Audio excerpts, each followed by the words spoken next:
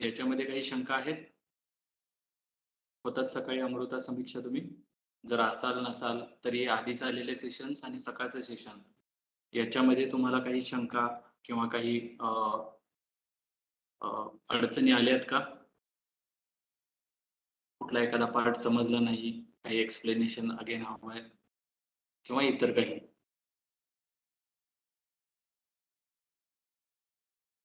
मला फीडबॅक देत चला. म्हणजे थोडंसं मला पुढे जाताना इम्प्रुव्हमेंटला हेल्पफुल ठरेल. आता तुम्हाला काही अडचणी असतील तर 1-2 मिनिटात काही असतील, तुम्ही दोघे-तिघ जण कोण आहात ते, तर मला सांगा. अदरवाईज मग आपण सुरू करूया.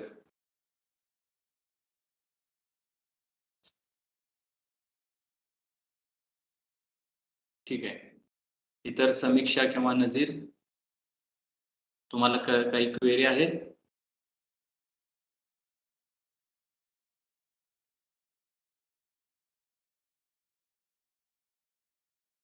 काही क्वेरी असतील तर विचारा, जेणेकरून आपल्याला थोडं 1-2 मिनिटं आपल्या डिस्कशनसाठी जाऊ शकतील आणि तोपर्यंत इतर अटॅच होतील आपल्याला.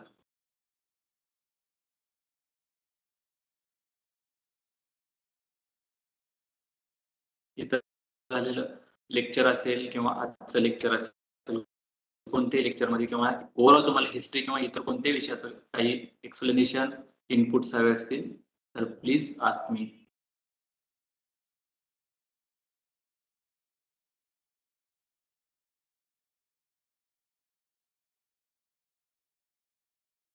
ठीक आहे, सुरू करूया.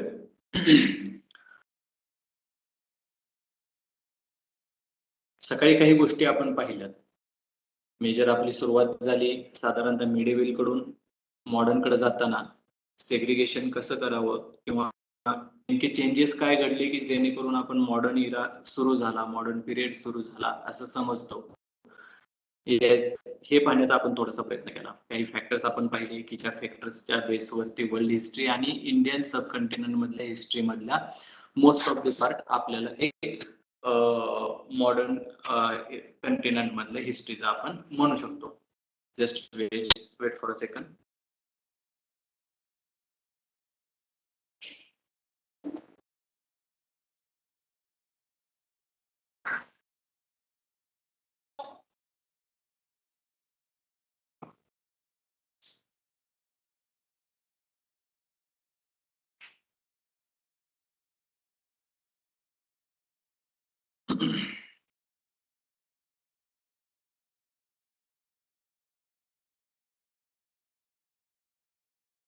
त्याच्यानंतर आपण थोडासा हे पाहिले की मॉडर्न इंडियन हिस्ट्रीमध्ये किंवा मॉडर्न हिस्ट्रीमध्ये युरोपियन ज्या काही एंटिटीज होत्या, युरोपियन पॉवर्स होत्या, त्यांच्या आधी आणि साधारणतः मिडवेल मधला जो काही रेसिड्यू पार्ट होता किंवा जी सेंट्रलाइज ऑथॉरिटी होती आणि ती हळूहळू विकन होत गेली, त्याचे परिणाम काय झाले एकूण सोशल इकॉनॉमिक पॉलिटिकल थिंग्स वरती. ओके, त्यातला आपण थोडासा इकॉनॉमिक पार्ट पाहिला, सोशल पार्ट आपण बघायचा आहे. आणि मेजरली आपण ऍडमिनिस्ट्रेटिव्ह थिंग्स किंवा सिस्टीम्स वरती जास्त भर दिला. ओके, सो आता इथनं पुढं आपला जो काही स्टडी राहील तो साधारणतः ब्रिटिश इंडियन ऍडमिनिस्ट्रेटिव्ह सिस्टीम कशी एस्टॅब्लिश झाली, त्याच्या मागचे कारण काही होते आणि त्या कारणांच्या अनुषंगानं एकूण ऍडमिनिस्ट्रेटिव्ह सिस्टीम मध्ये जी मिडेवल इंडिया किंवा एन्शंट इंडिया पासून चालत आलेली जी आपली इंडियन ऍडमिनिस्ट्रेटिव्ह सिस्टीम होती, त्याच्यामध्ये ब्रिटिशांच्या येण्यानं किंवा युरोपियन पॉवर्सच्या येण्यानं काय काय फरक झाला. मेजरली आपली इंडियन हिस्ट्री जी आहे ती इतर युरोपियन पॉवर्सच्या कम्पॅरेटिव्हली ब्रिटिशांच्या इन्फ्लुएन्स खाली जास्त होती किंवा मोस्ट ऑफ द टेरिटरी ब्रिटिशांच्या इन्फ्लुएन्स खाली जास्त होती. So we are studying about their administration or administration brought by or implemented by Britishers. Okay, या गोष्टीचा आपण थोडासा जास्त अभ्यास करतो ऍज कम्पेअर टू इतर ज्या काही ह्या होत्या. त्यातल्या मेजर जे कंटेंडर होते युरोपियन याच्यातले पॉवर्स मधले, त्यातला ब्रिटिशांबरोबर मेजर कंटेंडर सुरुवातीच्या काळामध्ये पोर्तुगीज होते आणि त्याच्यानंतर फ्रेंच होते. But Britishers were successfully able to curb their powers. Okay, या इतर युरोपियन कंट्रीज किंवा युरोपियन पॉवर्स होते त्यांच्या ओव्हरऑल स्ट्रेंथ किंवा त्यांची ओव्हरऑल पॉवर कर्व करण्यामध्ये ब्रिटिशर्स सक्सेसफुल झाले आणि ultimately they came as a new rulers of India. Okay, आता हे सर्व करताना एकूण इंडियन सबकंटिनेंट हा काही आत्ताच्या फॉर्मॅटमध्ये दिसतो तसा काही एक अखंड भारत वगैरे किंवा एक आता टेरिटोरियल इंटिग्रेशन असलेला किंवा टेरिटरी मार्क्ड असलेला एक इंडिया नव्हता. ही गोष्ट तेवढी आपल्या लक्षात असावी. ओके, तर नेमकं होतं काय किंवा ती इंडियन सबकंटिनेंट मध्ये सिस्टीम होती कशी, या गोष्टीचा थोडासा आपण थोडा विचार करूया. Indian subcontinent was made up of multiple monarchs and centralise authority as a Mughal, या सगळ्यांच्या एकत्रीकरणातून इंडियन सबकंटिनेंट बनत होतं. इंडियन सबकंटिनेंट मध्ये मुघल्स होते, मुघलांच्या बरोबर त्यांचे काही छोटे छोटे सुभ्यांवरती काम करणारे सुभेदार होते म्हणजे गव्हर्नर्स होते. आणि या गव्हर्नर्सच्या अंडर असणाऱ्या म्हणजे गव्हर्नर्सच्या अंडर असणाऱ्या सुभ्यांमध्ये जे काही छोट्या छोट्या जागीरदारी होते ते जागीरदारीमध्ये काम करणारे होते. त्याच्याबरोबर मुघलांना एक पॉवरफुल कंटेंडर म्हणून नव्याने निर्माण झालेले मराठी होते. ओके, आणि या मुघलांच्या कार्यशैलीला कंटाळून आपली आपली राज्य तयार करणारे मुर्शिद कुली खान सारखे एक स्वतंत्र शासक होते. अशा मल्टिपल लोकांचं मिळून एक ब्रिटिश एम्पायर तयार झालेलं होतं. ओके, सॉरी, इंडियन सबकंटिनेंट होतं ज्याच्यामध्ये ब्रिटिशांना स्वतःचं एम्पायर एस्टॅब्लिश करायचं होतं.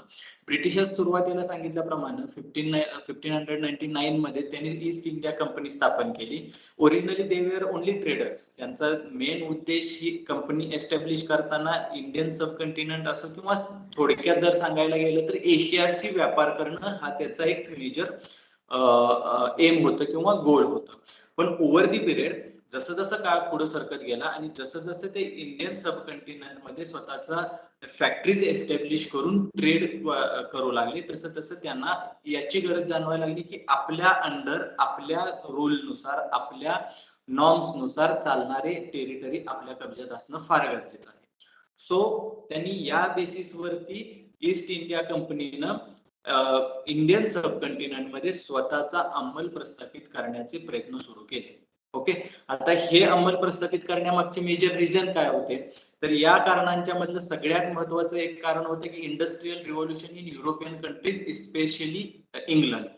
इंडस्ट्रियल रिव्होल्युशनची सुरुवात मुळात इंग्लंडमध्ये चालू झाली होती. ओके, याचा आपण थोडीशी पार्श्वभूमी सकाळी पाहिली, याच्या मागचं बॅकग्राऊंड आपण सकाळी पाहिलं की इंडियन सबकंटिनेंट मधला जो सॉरी जी मॉडर्न हिस्ट्रीमध्ये जे काही नवीन फिलॉसॉफीज आल्या, मॉन्टेस्को असेल, रुसे असेल, लॉके असेल, ॲडम स्मिथ असेल, यासारख्या वेगवेगळ्या क्षेत्रात काम करणाऱ्या वेगवेगळ्या फिलॉसॉफर्सनी, थिंकर्सनी वेगवेगळ्या आयडियाज, फिलॉसॉफीज लोकांच्या समोर ठेवल्या. त्या फिलॉसॉफीज वरती विचार विनिमय झाले आणि त्याच्यानंतर या फिलॉसॉफीच्या बेसवरती रॅशनल, ओके, इंडिव्हिज्युअल असणारी आणि ह्युमॅनिझमच्या बेसवरती असणाऱ्या नवीन सोसायटीचं फॉर्मेशन व्हायला लागलं. Okay, that was renaissance period. Okay, या रेनिसॉच्या पिरियडच्या नंतर ज्या ह्युमन ह्या होत्या बेसिक व्हॅल्यूज होत्या, प्रिन्सिपल्स होत्या, त्या बेसिकली चेंज करण्याचे प्रयत्न केले गेले आणि यातून मग पुढं साधारणतः नवनवीन संशोधन व्हायला लागल्या आणि या नवीन संशोधनातून नवीन टेक्नॉलॉजी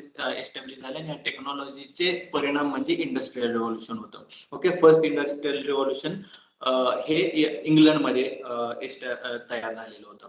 ओके, सो या इंडस्ट्रियल रिव्होल्युशन मधनं तयार झालेल्या प्रोडक्ट्सना किंवा या मास प्रोडक्शनच्या सिस्टीम मधनं तयार झालेल्या प्रोडक्ट्सना एक बाजारपेठ शोधणं, त्याच्याबरोबर त्याच्यासाठी लागणारं रॉ मटेरियल शोधणं, या दोन्ही गोष्टींचा उद्देश म्हणून सुरुवातीला ईस्ट इंडिया कंपनीने इंडिया किंवा एशियन कंटिनेंटशी एशियाशी व्यापार करायला सुरुवात केलेली होती. पण जसं जसं ओव्हर दी पिरियड ते पुढे जायला लागले तसं तसं त्यांच्या एक गोष्ट लक्षात आली की इंग्लंड सारख्या छोट्या देशांमधलं रॉ मटेरियल ह्या मास प्रोडक्शनसाठी फारसं पुरेसं होत नाहीये आणि आपण जिथनं रॉ प्रोडक्शनसाठी रॉ मटेरियल आपण इथून घेऊन जातोय ते रॉ मटेरियल आपल्याला कम्पॅरेटिव्हली थोडंसं कॉस्टली पडतंय as compare to their local traders. म्हणजे लोकल ट्रेडर्स तुम्हाला मटेरियल आणून तुमच्या फॅक्टरीज मध्ये सेल करणार आणि त्या फॅक्टरीज मधनं तुम्ही ते जहाजांवरती किंवा शिप्स वरती लादून तुम्ही ते ब्रिटिश टेरिटरीमध्ये नेणार किंवा इंग्लंडला नेणार आणि तिथल्या मग कंपन्यांना ते प्रोव्हाइड करणार. हा मल्टिपल लेअरचा जो ट्रेड आहे तो अल्टिमेटली थोडासा कॉस्टली पडतो. हे ज्यावेळी या ईस्ट इंडिया कंपनीच्या ऑफिसर्सना लक्षात यायला लागले त्यावेळी त्यांनी थोडासा आपला मार्ग बदलला. आता सगळ्यात महत्वाचं ही गोष्ट लक्षात ठेवा की ईस्ट इंडिया कंपनीला इंडियन सबकॉन्टिनेंट मध्ये स्वतःचं स्टेट किंवा स्वतःची टेरिटरी अक्वायर करण्यासाठी त्यांच्यातून म्हणजे इंग्लंड मधून दुसरा कंटेंडर कोणी नव्हता किंवा दुसरा कॉम्पिटिटर दुसरा कोणी नव्हता. म्हणजे काय की 1599 ला ज्यावेळी ईस्ट इंडिया कंपनी स्थापन झाली आणि 1600 ला ज्यावेळी ब्रिटिश राणीनं यांना अधिकार दिले त्यावेळी अधिकारांच्या मध्ये हे स्पष्टपणे नमूद होतं की ईस्ट इंडिया कंपनी शिवाय इतर कोणतीही कंपनी इंडियन सबकॉन्टिनेंटशी व्यापार करू शकत नाही. ही गोष्ट लक्षात ठेवा. म्हणजे ultimately there was a monopoly. या मोनोपॉलीचा बेनिफिट ऍक्च्युली ईस्ट इंडिया कंपनीला झाला कारण जेवढे काही रिसोर्सेस इंडियन सबकॉन्टिनेंट मधनं ते गोळा करायचे किंवा जेवढं काही मार्केटमध्ये त्या नवीन मटेरियल आणून टाकायचे इंडस्ट्रियल प्रोडक्शनचे ते सगळं मटेरियल घेऊन जाणं रॉ मटेरियल घेऊन जाणं आणि तयार झालेलं मटेरियल आणून इंडियामध्ये डंप करणं या दोन्ही गोष्टींच्या मध्ये फक्त आणि फक्त सोल ऑथॉरिटी ही ईस्ट इंडिया कंपनी होती. आणि या गोष्टीचा फायदा ऍक्च्युली ईस्ट इंडिया कंपनीला इंडियन टेरिटरीमध्ये इंडियन सबकॉन्टिनेंट मध्ये टेरिटोरियल एक्सपान्शन मध्ये झालेला दिसून येतो. ओके, कारण कॉम्पिटिटर त्यांच्यातून कोण नव्हतं आणि जे काही कॉम्पिटिटर होते फ्रेंच होते, पोर्तुगाल होते, डच होते या सगळ्यांना त्यांनी नावल सुप्रिमसी आणि मिलिटरी सुप्रिमसी या दोन्हीच्या बेसवरती म्हणजे लष्कराच्या बळावर आणि नाविक दलाच्या बळावर ह्या दोन्हीच्या बळावरती त्यांनी इतर सगळ्या ज्या युरोपियन पॉवर होत्या जे कंटेंडर म्हणून समोर येऊ इच्छित होत्या फ्रेंच असतील, डच असतील, पोर्तुगीज असतील यांचा पराभव करून ब्रिटिशांनी सोल ऑथॉरिटी म्हणून इंडियन सबकॉन्टिनेंट मध्ये पॉपअप झालेले ते दिसतात. ओके, लक्षात येते.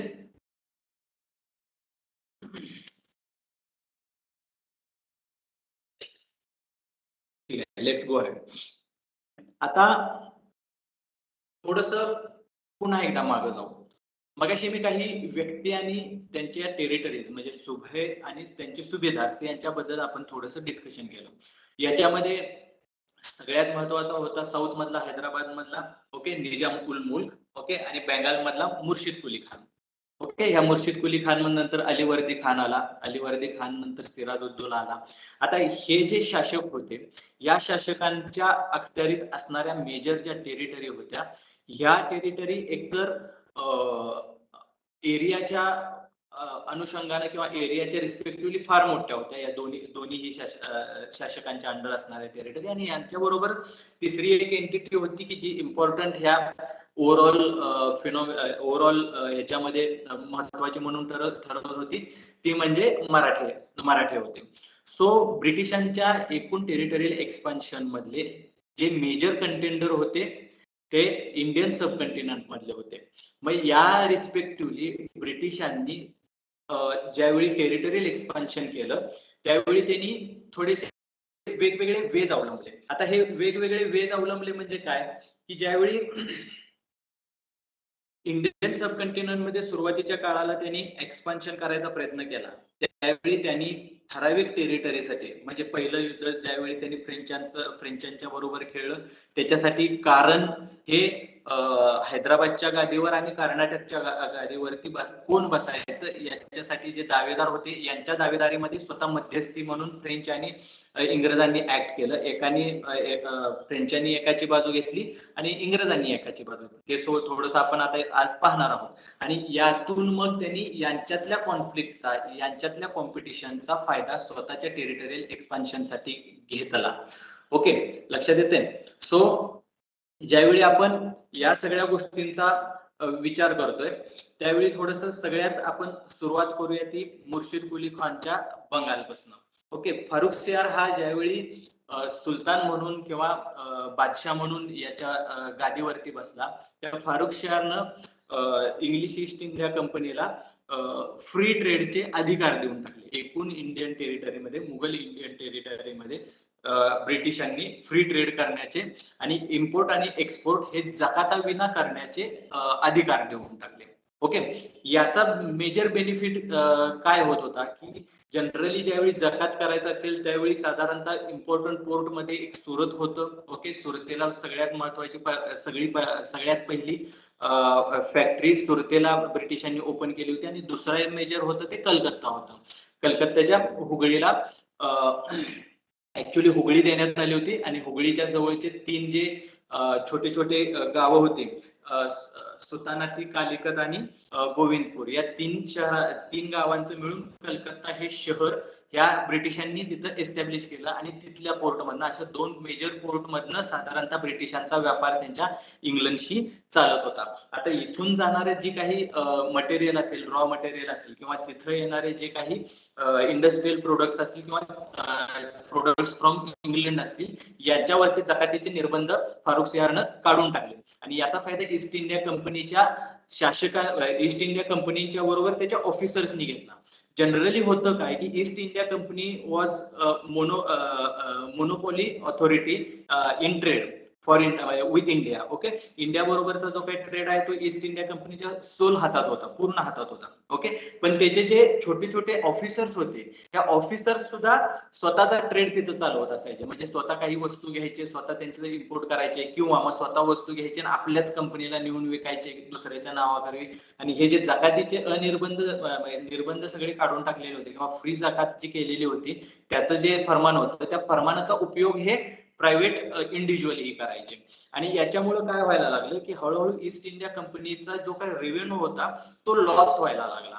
ओके, या जकातीचा फायदा, या जकातीच्या फ्री जकातीच्या ह्याचा टोलचा फायदा ऍक्च्युली कंपनीला न मिळता या ऑफिसर्सना मिळायला लागला आणि याच्यामुळे हळूहळू कंपनीचा रेव्हेन्यू कमी व्हायला लागला.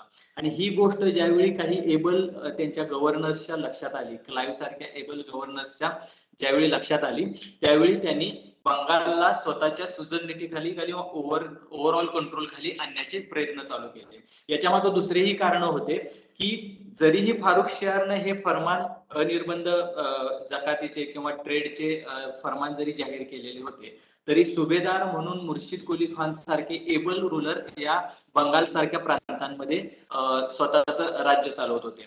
आणि बऱ्याचदा असं व्हायचं की ब्रिटिश ऑथॉरिटी किंवा ब्रिटिश ऑफिसर्स आणि हे बंगालचे सुभेदार किंवा बंगालच्या शासकांचे रेव्हेन्यू ऑफिसर हे कायम कॉन्फ्लिक्ट मध्ये यायचे.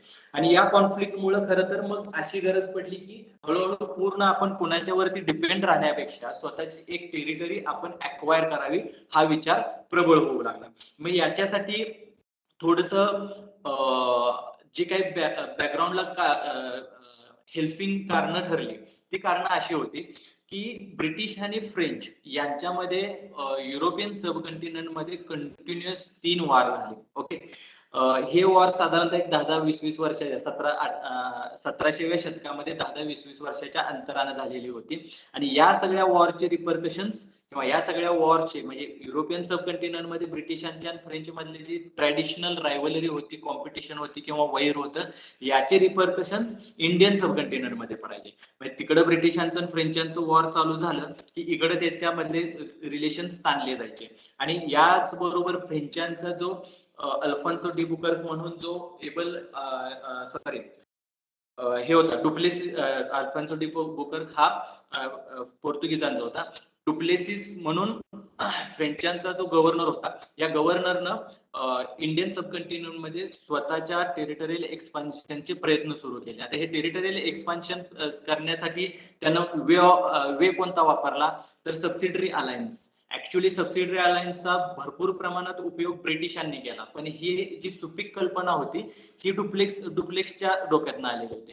डुप्लेक्सनं काय केलं की ज्या राजांना किंवा ज्या थ्रोनच्या कॉम्पिटिटर्सना, कंटेंडर्सना, म्हणजे गादीच्या ज्या वारसदारांच्या मध्ये कॉम्पिटिशन चालायची, त्यातले एकाला तो एकाच्या बरोबर संधान साधलं जायचं आणि ते संधान साधल्यानंतर त्याच्या बाजूनं थ्रोन जिंकण्याचे प्रयत्न केले जायचे. आणि ज्यावेळी हे गादी जिंकली जायची फ्रेंचांच्या साह्यानं, त्यावेळी फ्रेंचांना काही सवलती दिल्या जायच्या. यातली सगळ्यात महत्वाची सवलत काय असायची की फ्रेंचांच्या अखत्यारीमधलं जे सैन्य आहे हे या गादीवर नव्यानं बसलेल्या शासकाचं प्रोटेक्शन करेल.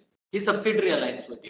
याच्या बरोबर आणखी एक क्लॉज असा असायचा की तुमचे जे इतर युरोपियन कंटेंडर्स फ्रेंचांच्या बरोबर इंडियन सबकंटिनेंट मध्ये स्वतःचा जम बसवायचा प्रयत्न करतायत, त्या लोकांच्या बरोबर रिलेशन यांना डायरेक्ट ठेवता यायचे नाही. ही यामागची एक बेसिक कल्पना होती की ज्याच्यामुळं एक्सटर्नल अफेअर्स जो होता इथल्या शासकांचा, external affairs with other territorial competitors किंवा कंटेंडर्स, समजा मग हैदराबाद असेल तर हैदराबादच्या आजूबाजूचे जे कोणी कंटेंडर्स असतील, मराठा असतील, अर्कोट असेल, कर्नाटक असेल, म्हैसूर असेल, यांच्याबरोबरचे जे रिलेशन आहे ते ठरवायचे अधिकार फ्रेंच स्वतःकडे घ्यायचे. आणि याच गोष्टीचा किंवा या मेथडचा फायदा ऍक्च्युली ब्रिटिशांनी नंतरच्या काळांमध्ये प्रिन्सली स्टेट्स मध्ये किंवा हे जी संस्थान होती तिथं एक्सपान्शन करताना किंवा स्वतःचा जम बसवताना, त्यांना थोडंसं मायनॉर करताना या सबसिडरी अलायन्सचा फायदा करून घेतलेला होता. ओके, सो तिसरं जे फ्रेंच आणि इंग्रजांचं युद्ध होतं, त्या तिसऱ्या फ्रेंच आणि इंग्रज युद्धांचे परिणाम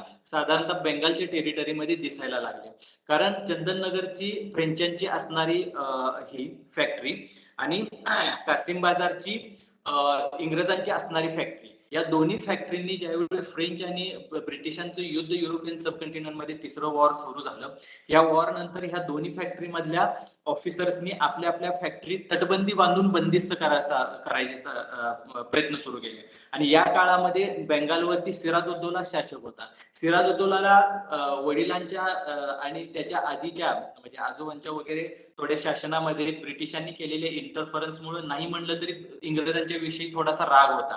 आणि त्याचबरोबर या युरोपियन कंटेंडर्सनी या फ्री ट्रेड अग्रीमेंटचा किंवा ह्या फर्मांचा जो मिसयूज सुरू केलेला होता, त्यामुळे ओव्हरऑल रेव्हेन्यू वरती फार मोठा परिणाम होत होता, हे त्याला वारंवार जाणवत होतं. मग ज्यावेळी हे फ्रेंचांचं आणि इंग्रजांचं युद्ध सुरू झालं आणि त्याच्यामुळे त्यांनी या आपल्या आपल्या फॅक्टरींना तटबंदी घालायला सुरुवात केली, त्यावेळी सिराजुद्दौलानं फरमान काढलं की तुम्ही अशा प्रकारे माझ्या टेरिटरीमध्ये कुठल्याही तटबंदी घालू शकत नाही. फ्रेंचांनी त्याचा आदेश मांडला, तटबंदी पाडून टाकली आणि त्यांनी पुढलं काम थांबवलं. पण इंग्रजांनी तटबंदी न पाडता ते तसं काम सुरूच ठेवलं कासिम बाजारच्या फॅक्टरीचं. मग याला एक स्वतःच्या सोव्हरिनिटीवरती, स्वायत्ततेवरती अतिक्रमण समजून सिराजुद्दौलानं कासिम बाजारच्या फॅक्टरीवरती आक्रमण केलं. ती फॅक्टरी कब्जात घेतली आणि फॅक्टरी कब्जात घेतल्यानंतर त्यातल्या कैद्यांना एका 18x12 खोलीमध्ये 120-23 कैदी एका खोलीमध्ये कोंडून ठेवले. आणि याच्यामुळे झालं काय, मोस्ट ऑफ दी त्यातली लोक सफोकेशनमुळे मरून गेली. ओके, म्हणजे त्यातले ब्रिटिश ऑफिसर जे होते कासिम बाजार फॅक्टरी मधले ते मरून गेले. आणि हे मरून गेल्यानंतर ही जी गोष्ट आहे याला ब्लॅक होल ट्रॅजेडी म्हणतात. छोट्याशा अंधाऱ्या खोलीमध्ये 123 जणांना ठेवलं म्हणून ब्लॅक होल ट्रॅजेडी म्हणलं जातं. तर या घटनेचा ऍक्च्युली ब्रिटिशांनी स्वतःच्या फायद्यासाठी हे करून घेतला, उपयोग करून घेतला.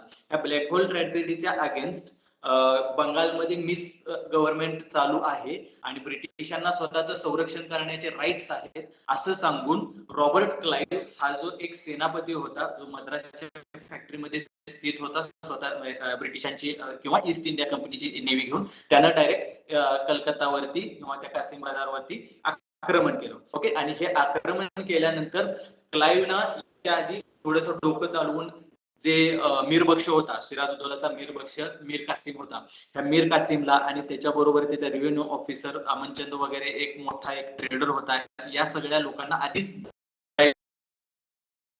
देऊन स्वतःच्या बाजूने वळवलं. आणि यामुळे झालं काय की सिराजुद्दौला आणि इंग्रजांचं युद्ध घडलं. त्या युद्धामध्ये मुळात सिराजुद्दौलाचं सैन्य फारसं लढलंच नाही, कारण मुळातच त्यांचा सेनापतीच फितूर झाला होता. आणि हा सेनापती फितूर झालेला असल्यामुळं याच्यानंतर सिराजुद्दौलाचा पराभव झाला. आणि या पराभवातनं मग इंग्रजांना ऍक्च्युली बंगालमधल्या पॉलिटिकल ह्याच्यामध्ये अवकाशामध्ये एंट्री करायला चान्स मिळाला. ओके, ऍक्च्युली पहिल्या युद्धामध्ये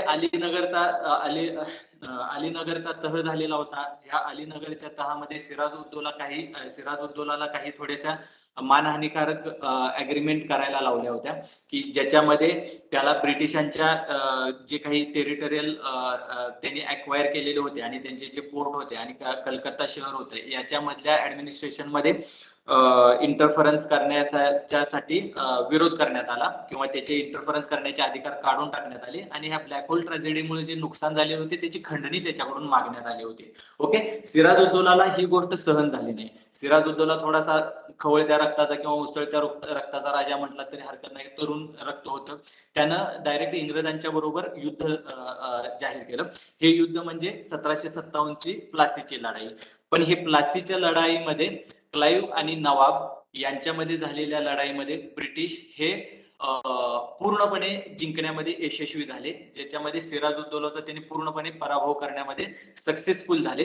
हे सक्सेसफुल होण्याचं कारण अगेन पुन्हा एकदा मीर कासिम सारख्या सगळ्या ज्या महत्वाचे सरदार होते या महत्वाच्या सरदारांना चारलेली लाच होती आणि मीर कासिमला हे आश्वासन देण्यात आलं होतं की सिराजुद्दौलाचा पराभव करण्यात आल्यानंतर तुम्हाला नवाब बनवण्यात येईल. ब्रिटिशांनी स्वतःचा शब्द पाळला. मीर कासिमला त्यांनी बेंगालचा नवाबही बनवला.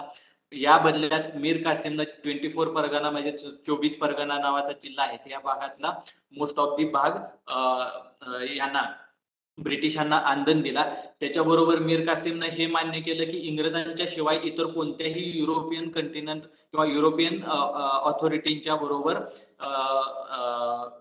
बेंगाल नवाब हा रिलेशन ठेवणार नाही आणि एक्सटर्नल अफेअर्स मध्ये इंग्रजांचं हे घेण्यात येईल, मत घेण्यात येईल. आणि अशा प्रकारे जी पॉलिटिकल सिस्टीम होती ह्या पॉलिटिकल सिस्टीम मध्ये ड्युएल गव्हर्नमेंट तयार झालं.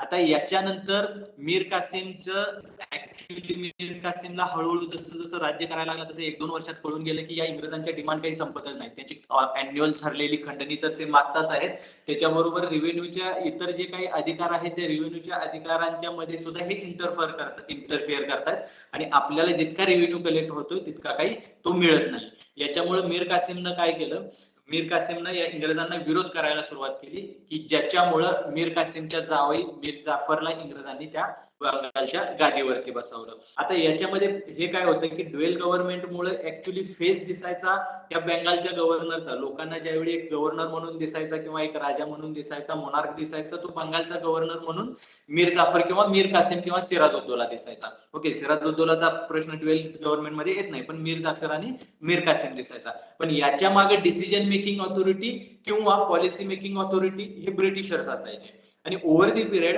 हळूहळू ब्रिटिशांना हेही जाणवायला लागलं की ही अशी ड्युएल गव्हर्नमेंटशिप काय फारशी उपयोगाला ठरत नाहीये.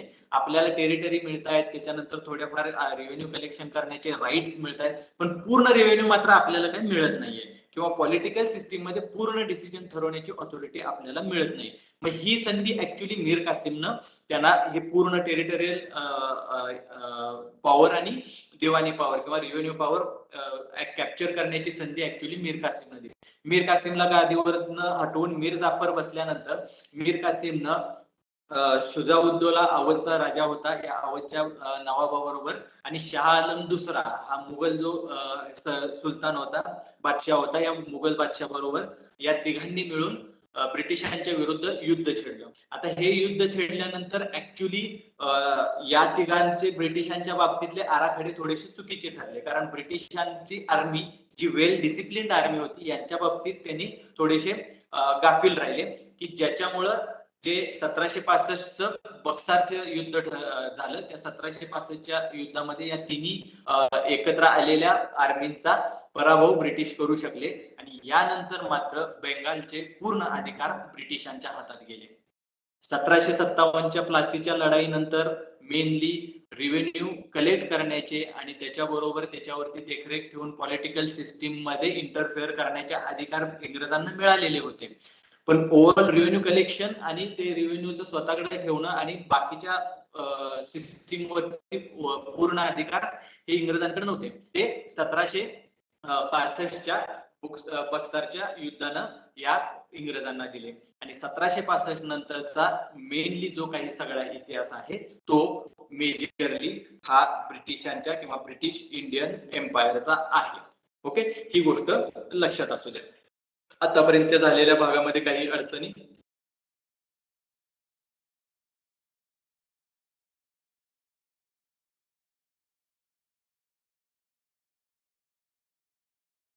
काही अडचणी?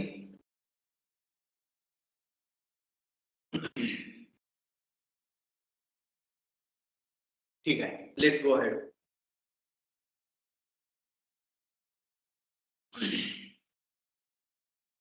ब्रिटिशांनी बेंगालमध्ये स्वतःचं टेरिटरी एस्टॅब्लिश केल्यानंतर याचे ऍडमिनिस्ट्रेटिव्ह सिस्टीम तयार करण्याचे प्रयत्न सुरू झाले. त्याचबरोबर इतर इंडियन सबकंटिनेंटमध्ये स्वतःचा विस्तार करण्यासाठी ब्रिटिशांनी वेगवेगळे फंडामेंटल अवलंबले. म्हणजे कसं, वेगवेगळे प्रिन्सिपल्स अवलंबले. म्हणजे ज्या पद्धतीनं फ्रेंच आणि सबसिडरी अलायन्सचा सुरुवातीच्या काळात उपयोग करायचा प्रयत्न केला होता, त्याच प्रकारे त्यांनी इतर काही पॉलिसीज अवलंबल्या. आता ह्या पॉलिसीज काय होत्या याचा थोडासा आपण हे करूया. सुरुवातीच्या काळामध्ये ज्यावेळी ब्रिटिशांनी या प्रिन्सली स्टेट्सना किंवा हे जे काही ओव्हरऑल नवाब्स होते, सुभेदार्स होते, यांच्याबरोबर स्वतःला एक इक्वल मानून त्या पद्धतीनं टेरिटोरियल एक्सपान्शन करायचा प्रयत्न केला. आता हे करताना त्यांनी सगळ्यात सुरुवातीची पॉलिसी काय होती? Policy of ring fence. Policy of ring fence, कुंपणाची पद्धत. आता हे कुंपणाच्या पद्धतीमध्ये काय होतं की समजा एखादं तुम्हाला स्टेट अक्वायर करायचंय, फॉर एक्झाम्पल बेंगाल अक्वायर करायचं आणि बेंगालच्या बरोबर तुम्हाला टेरिटोरियल एक्सपान्शन करायचं, but you have to secure your territory. Okay, first you have to secure your territory. To secure your territory you should have establish one buffer state. आता हे buffer state म्हणून जे ऍक्ट होतं ते म्हणजे ring fence. म्हणजे तुम्ही एखाद्या टेरिटरीला एखाद्या इन्व्हेडर्स कडनं किंवा एखाद्या, आता जसं समजा आपण इंडियन सबकंटिनेंट मध्ये पाकिस्तानच्या बाउंड्रीवरती, चायनाच्या बाउंड्रीवरती तारेची कुंपणं घालतो किंवा बांगलादेशच्या याच्यावरती तारेची कुंपणं घालतो, हे तारेची कुंपणं म्हणजे रिंग फेन्स. ओके, तुमचं जर ब्रिटिश टेरिटरी सिक्युअर करायची असेल तर तुम्हाला अवधचं राज्य हे स्वतःच्या सुझर्निटी खाली किंवा सोव्हरेनिटी खाली किंवा तुमच्या अंमलाखाली आणायचं, पण अवधच्या राजाला तिथनं काढून टाकायचं नाही, त्याला तिथं एक इक्वल म्हणून ठेवायचं. म्हणजे पुन्हा एकदा ड्युएल गव्हर्नमेंट. हे ड्युएल गव्हर्नमेंट सुरुवातीच्या काळामध्ये बंगालमध्ये त्यांनी शक्य होतं तोपर्यंत रुजवलं मीर कासिम आणि मीर जाफरच्या माध्यमातून. पण ज्यावेळी त्यांना ते ओव्हरलोड व्हायला लागला आणि मीर जाफर आणि मीर कासिमचा विरोध वाढायला लागला, तसं त्यांनी सगळं पूर्ण त्यांना बाजूला काढून बक्सरच्या लढाईनंतर दिवाणी राईट्स हातात गेले. एकदा आर्थिक नाड्या स्वतःच्या हातामध्ये आल्यानंतर तिथे एस्टॅब्लिश असलेल्या सुभेदारांना किंवा नवाबांना फारसा काही अर्थ उरला नाही. ते वेर मेअर पेन्शनर्स. म्हणजे त्याच्यानंतर शाह आलम असेल, सुजा उद्दौला असेल किंवा मीर कासिम असेल, हे पेन्शनर्स म्हणून राहायला सुरुवात झाली. म्हणजे ब्रिटिशांचे पेन्शनर्स म्हणून. सो टेरिटरी एक्सपांड झाली, पण टेरिटरी प्रिव्हेंट करणं किंवा टेरिटरी प्रोटेक्ट करणं याच्यासाठी पॉलिसी ऑफ रिंग फेन्स वापरण्यात आली. ही पॉलिसी वापरताना याच्यामध्ये सगळ्यात महत्वाचं होतं की ज्याला कोणी तुम्ही जिंकत आहात हा तुमच्या बरोबर इक्वल आहे अशी मानण्याची सुरुवातीची प्रवृत्ती होती. ओके, त्याच्यानंतर याच्यानंतर साधारणतः ज्यावेळी तुम्ही मराठ्यांच्या काळामध्ये येता, म्हणजे साधारणतः 1800व्या शतकानंतर येता, 1813 ते साधारणतः याच्यापर्यंत 1857च्या उठावापर्यंत, या काळामध्ये मेजर पॉलिसी जी ही करण्यात आली ती पॉलिसी ऑफ सबऑर्डिनेट आयसोलेशन. आता हे पॉलिसी ऑफ सबऑर्डिनेट आयसोलेशन म्हणजे काय की पूर्वीच्या याच्यामध्ये रिंग फेन्स मध्ये ईस्ट इंडिया कंपनी तुमच्या एकूण ऍडमिनिस्ट्रेशन चालवण्यासाठी वन ऑफ दी, म्हणजे जसे काही दरबारात हे असतात वेगवेगळे मंत्री असतात, तशा प्रकारे ब्रिटिश ईस्ट इंडिया कंपनी तुम्हाला मदत करते.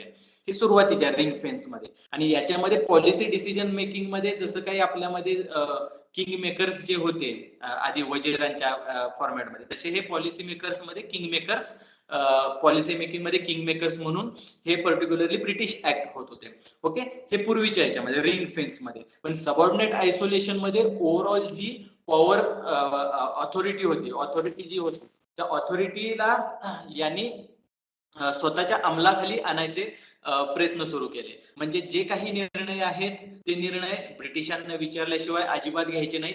आणि इतर जे युरोपियन हे आहेत पॉवरफुल एंटिटीज आहेत यांच्याबरोबरचे एक्सटर्नल अफेअर्सचे पूर्ण जे काही एक्सटर्नल अफेअर्स होतं ते पूर्ण यांनी हातात घेतलं.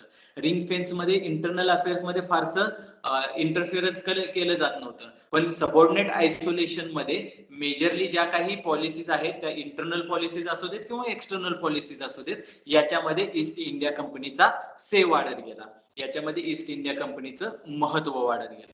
ओके, सो याच्यामुळं असं झालं की ओव्हरऑल इंडियन सबकॉन्टिनेंट मध्ये जेवढ्या स्टेट्सचा पाडाव होत गेला तेवढ्या सगळ्या स्टेट्सनी याच्यानंतर सबसिडरी अलायन्सचे पॅक्ट इंडियन ब्रिटिशांच्या बरोबर केले.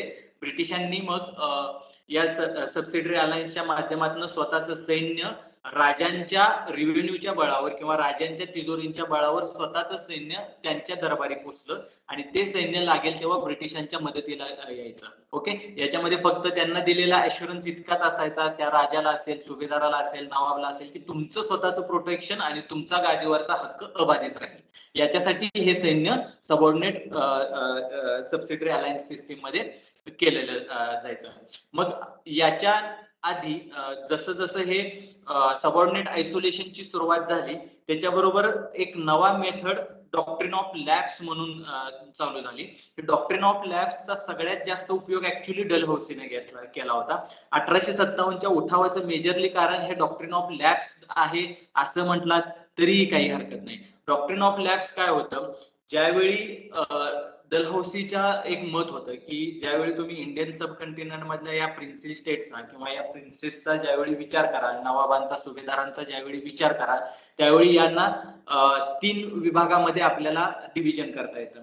पहिलं होतं की जे स्वतंत्र स्टेट्स आहेत. ओके, ही स्वतंत्र स्टेट्स म्हणजे काय, ही ईस्ट इंडिया कंपनीच्या अखत्यारीतही नाहीत आणि ही ईस्ट इंडिया कंपनीना कुठलंही कर वगैरे देत नाही. ओके, ते स्वतंत्र आहे. ओके, अहोम वगैरे जी काही स्टेट्स होते तिकडली किंवा नेपाळ वगैरे होते अशी स्टेट्स ते. ओके, दुसरी अशी राज्य होती की ज्यांच्यावरती हे आता मुघल साम्राज्याच्या कन्सेप्टनं बघायचं बरं, ब्रिटिशांच्या कन्सेप्टनं नाहीये. ज्यावेळी स्वतंत्र राज्य म्हणतो त्यावेळी ते मुघलांना कर वगैरे देत नव्हते, ते स्वतंत्र होते. म्हणजे समजा मराठे जे होते ते स्वतंत्र होते, ते मुघलांना कर वगैरे देत नव्हते, अशी स्वतंत्र राज्य. दुसरी अशी राज्य होती की ज्यांचं स्वतःची टेरिटरी होती आणि त्यांच्या अंडर ते मुघलांच्या अंडर काम करायचे आणि जे काही रेव्हेन्यू कलेक्शन व्हायचे त्यातला विशिष्ट भाग ते मुघलांना प्रोव्हाइड करायचे. ओके, आणि तिसरा असा भाग होता की जी इंग्रजांनी निर्मित केलेले होते. म्हणजे मुघलांच्या पाडावानंतर त्यांचा पराभव झालेला होता. मुघलांच्या पाडावानंतर ह्या स्टेट्सना म्हैसूर सारखे जे स्टेट की जे पूर्वी अस्तित्वात नव्हते किंवा इतर कोणत्या तरी घराण्याच्या अंडर होते आणि नंतर ते वडियार सारख्या घराण्याच्या अंडर आले इंग्रजांच्या हेल्पनं. सो असे स्टेट्स, असे 3 स्टेट्स मध्ये होते. मग या तिन्ही स्टेट्स मधले जे पहिले स्टेट्स आहेत की ज्यांनी मुघलांना किंवा इंग्रजांना डायरेक्टली कर देत नाहीत, त्यांचे कर येतात, त्यांचा रेव्हेन्यू येतात, ते स्वतः हँडल करतात, अशा स्टेट्सच्या बाबतीत इंग्रजांना कोणताही अधिकार नाही. पण दुसरा आणि तिसरा जो प्रकार आहे की जे कर देतात किंवा जे रिएस्टॅब्लिश करण्यात आलेले स्टेट आहेत, यांच्या बाबतीत मात्र डिसिजन मेकिंग मध्ये ऑथॉरिटी ही अल्टिमेटली पॅरामाउंट ऑथॉरिटी, जास्त सर्वोच्च ऑथॉरिटी ही ब्रिटिशांना राहील. आता ही सर्वोच्च ऑथॉरिटी म्हणजे काय, अल्टिमेट ऑथॉरिटी म्हणजे काय, की समजा जर तुमच्या गादीचा कोणी वारसदार नाही आणि वारसदाराला मान्यता, जर तुम्ही जर कोणाला दत्तक घेतलं तर त्या वारसदारांची मान्यता, किंवा तुमचा मुलगा आहे पण त्याला जर गादीवरती बसायचं आहे तर त्या वारसदाराला मान्यता ब्रिटिशांच्याकडून घ्यावी लागेल, ही ब्रिटिशांच्याकडून घ्यावी लागेल. मग याचा अर्थ काय होता की तुमच्या इंटरनल आणि एक्सटर्नल पॉलिसीज मध्ये तुम्हाला अधिकार नाहीतच. ओके, पण तुमचे जे डिसेंडंट्स आहेत किंवा तुमची जी वारसदारी आहे या वारसदारीवरती, डिसेंडंट्स वरती कोणी थ्रोन अक्वायर करायचं किंवा कोण थ्रोनवर बसणार याचेही अधिकार हे ब्रिटिशर्स ठरवते.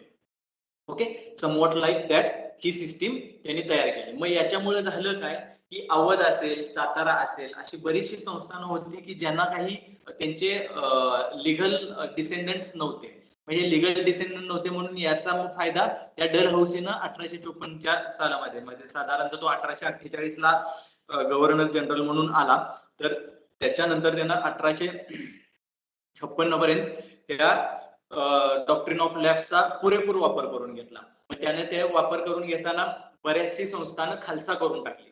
डायरेक्ट त्या संस्थानांचे दत्तक विधानं नामंजूर केली आणि ती दत्तक विधान नामंजूर केलेले स्टेट्स त्यांना ब्रिटिश टेरिटरीला जोडून टाकले. म्हणून ज्यावेळी 1947ला किंवा इंडियन कॉन्स्टिट्यूशन फॉर्मेशन ज्यावेळी सुरू होतं त्यावेळी ज्यावेळी तुम्ही याचा विचार कराल त्यावेळी तुम्हाला काही गोष्टी प्रकर्षानं जाणवतील. फॉर एक्झाम्पल की त्यावेळी इंडियन 1935चा जो इंडियन काउन्सिल ऍक्ट होता त्या इंडियन काउन्सिल ऍक्ट मध्ये ओव्हरऑल टेरिटरी ही तीन विभागामध्ये डिवाइड केली होती. एक ब्रिटिश एम्पायर किंवा ब्रिटिश प्रोव्हिन्सेस होते, ओके, प्रिन्सली स्टेट्स होते आणि तिसरं होतं कमिशनरेट. ओके, सो 1935 मध्ये ज्यावेळी तुम्ही त्याचं सेग्रिगेशन बघता फेडरल गव्हर्नमेंटचं, हे 1935 मध्ये पहिल्यांदा फेडरल गव्हर्नमेंटचा प्रयोग करण्यात आला होता. डायरेक्टली प्रश्न विचारून झालेला आहे की फेडरल गव्हर्नमेंट कधी एस्टॅब्लिश झाली किंवा इंडियन पॉलिटिकल ऍडमिनिस्ट्रेटिव्ह सिस्टीमच्या रिफॉर्म्स मध्ये मोस्ट इम्पॉर्टंट ऍक्ट कोणता आहे, हे प्रश्न यावेळी दोन्ही कंबाईनच्या मेन्सच्या एक्झामला सुद्धा येऊन गेलेले आहेत सलग दोन्ही परीक्षांना. ओके, सो 1935 ऍक्ट मध्ये त्यांनी जी फेडरल सिस्टीम तयार केली त्याच्यामधले 3 जे कंटेंडर होते त्यातलं वन ऑफ द कंटेंडर आणि त्यातले नॉमिनेटेड मेंबर्स होते कॉन्स्टिट्यूशन असेंब्ली मधले सुद्धा ते फ्रॉम प्रिन्सली स्टेट्स होते. ह्या प्रिन्सली स्टेटची साधारणतः 1947च्या काळामध्ये 512 वगैरे संख्या राहिलेली होती. पण यापूर्वी म्हणजे साधारणतः 100 वर्षापूर्वीचे 1857चा ज्यावेळी तुम्ही विचार कराल त्यावेळी छोट्या छोट्या राज्यांची जी वेगवेगळी म्हणजे राजपुतांच्या मध्ये मल्टिपल स्टेट्स होते. ओके, साऊथ मध्ये छोटी छोटी स्टेट्स होते. इकडे ईस्ट इंडियामध्ये ज्यावेळी बंगालच्या पलीकडे बघाल तिथं अहोम आणि त्यांच्याबरोबर इतर छोटे छोटे स्टेट्स होते. ओके, या सगळ्या स्टेट्सचा किंवा दोआब रिजनमध्ये जाटांचा आणि इतरांचे स्टेट्स होते. यातले छोटे जे स्टेट होते त्यांचे ते डिसेंडंट्स नव्हते. या सगळ्यांचे गादीवरचे हक्क नाकारण्यात आले आणि हे हक्क नाकारण्यात आल्यामुळे नंतर 1857च्या बंडामध्ये या प्रिन्सली स्टेट्सनी काही प्रिन्सली स्टेटनी डायरेक्टली उडी मारलेली दिसते. अवध असेल, ओके, नानासाहेब पेशवे असतील, ओके, ही सगळी लोक का उतरली तर त्याच्या मागची कारण म्हणजे ब्रिटिशांनी टेरिटोरियल एक्सपान्शन करताना या ज्या पॉलिसीज वापरल्या, ओके, रिंग अँड फेन्स असेल, सबऑर्डिनेट आयसोलेशन असेल, ओके, सबसिडरी अलायन्स असेल, डॉक्ट्रिन ऑफ लॅप्स असतील, या सगळ्या ज्या फ्रेजेस आहेत त्या सगळ्या फ्रेजेस आपल्याला युपीएससी आणि एमपीएससीच्या प्रिलिमच्या दृष्टीने उपयोगाच्या आहेतच. त्यावेळी आन्सर रायटिंगला सुद्धा उपयोगाचे आहेत. पुढल्या वर्षी ज्यावेळी आन्सर रायटिंग दोन्ही एक्झामला चालू आहेच होणार आहे, एमपीएससीला चालू होणार आहे आणि युपीएससीचं चालू आहे, याच्यामध्ये ह्या डायरेक्ट डॉक्ट्रिनचा उपयोग होतो. कारण इकॉनॉमिक सबऑर्डिनेशन आणि इकॉनॉमिक एक्सप्लॉयटेशन करताना मुळात तुमचं ऍडमिनिस्ट्रेटिव्ह सिस्टीम फॉर्मेशनसाठी ब्रिटिशांनी या सगळ्या मेथडचा उपयोग आपल्या टेरिटोरियल एक्सपान्शन मध्ये केलेला होता. म्हणून ह्या 4 टर्म आपल्यासाठी महत्वाच्या आहेत. ओके, लक्षात येते आतापर्यंत झालेल्या याच्यामध्ये काही डाऊट?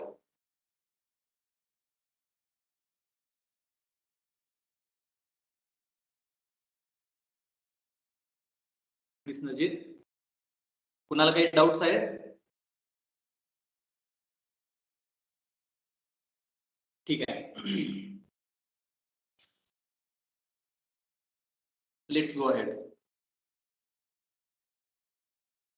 इन मॉर्निंग आपण पाहिलं की मराठा एम्पायर जे फॉर्मेशन झालेलं होतं, बेंगालच्या सबऑर्डिनेशन नंतर ब्रिटिशांच्या समोर मेजर कंटेंडर इंडियन सब कंटेंडर मधनं हे मराठा आणि त्याच्याबरोबर म्हैसूरचं साम्राज्य समोर येत होतं. ओके, म्हैसूरचं साम्राज्य म्हणण्यापेक्षा एक छोटं किंगडम म्हणता येईल. ओके, पण मराठांचं मोस्ट ऑफ द एम्पायर होतं कारण दे वेर मुघल, म्हणजे मुघलांचं ते प्रोटेक्शन करायचे, त्यांचे राईट्स त्यांच्याकडे होते. त्यामुळे मुघलांच्या अंडर जेवढी टेरिटरी होती ती त्यांच्याकडेच होती. त्याच्याबरोबर सदर्न कंटिनेंट आणि मिडल इंडियामध्ये जेवढा काही महाराष्ट्र आणि त्याच्या आसपासचा भाग आहे तो सुद्धा ओडिसा पर्यंतचा भाग मराठ्यांच्या अखत्यारीत होता.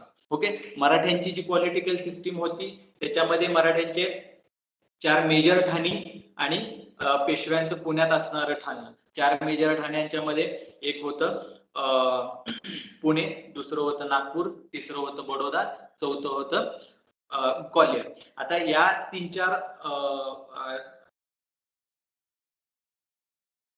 एरियल सुपेरियरिटीच्या खाली किंवा सुभेदारीच्या खाली किंवा सरदारांच्या खाली त्या भागातलं एकूण ऍडमिनिस्ट्रेटिव्ह सिस्टीम चालायची. नागपूरचे भोसले त्या भागातली, वराड भागातली ऍडमिनिस्ट्रेटिव्ह सिस्टीम चालवायचे. ग्वाल्हेर आणि बडोद्यातले जे ग्वाल्हेरचे शिंदे, बडोद्याचे होळकर ही मंडळी त्या भागातलं ऍडमिनिस्ट्रेशन चालवायचे. पण बियॉन्ड दॅट जे काही ऍडमिनिस्ट्रेशन होतं ते फक्त रेव्हेन्यू कलेक्शन किंवा खंड वसुली याच्या अंतर्गतच चालायचं. ओके, त्याच्यामध्ये सर देशमुख आणि चौथ सकाळी सांगितल्याप्रमाणे मेजर होते. ओके, पण जसं जसं हैदराबादमध्ये ब्रिटिशांनी स्वतःचे शासक बसवले, म्हैसूरचा पराभव करण्यामध्ये किंवा टिपू सुलतानचा पराभव करून तिथं स्वतःचं स्टेट एस्टॅब्लिश करण्यामध्ये सक्सेसफुल झाले, त्याबरोबर त्यांनी मराठ्यांच्या इंटरनल पॉलिटिकल कॉन्फ्लिक्ट मध्ये इंटरफरन्स करायला सुरुवात केली. त्याला सगळ्यात पहिली संधी जी मिळाली ती साधारणतः पानिपतच्या युद्धानंतर, ज्यावेळी नानासाहेब पेशवे पानिपतच्या युद्धाच्या धक्क्यामुळे झालेल्या नुकसानीच्या धक्क्यामुळे मरण पावले. त्याच्यानंतर त्यांचा सक्का भाऊ रघुनाथराव पेशवा स्वतःला गादीवरती बसू इच्छित होता. पण बाकीचे जे बारभाई होते, बारभाई म्हणजे काय की दरबारामध्ये असणारे इतर जे दरबारी होते, या दरबाऱ्यांनी मिळून नारायणरावाला गादीवरती बसवलं. मग रघुनाथरावांनी त्या नारायणरावांचा गार्द्यांकरवी खून करून आणला, घडवून आणला. आणि याच्यामुळं असं झालं की सगळ्या दरबारी किंवा हे बारभाई जे होते यांचं रघुनाथरावाचं विषयीचं मत बदलून गेलं आणि ते रघुनाथरावाला त्यांनी पुण्यातून हाकलून दिलं. मग या पुण्यातून हाकलून दिल्यानंतर रघुनाथरावांनी पहिल्यांदा इंग्रजांना संधी दिली की ज्यामुळे ते डायरेक्टली पुण्याच्या पॉलिटिकल सिस्टीम मध्ये किंवा पॉलिटिक्स मध्ये डायरेक्टली इंटरफेअर करू शकले.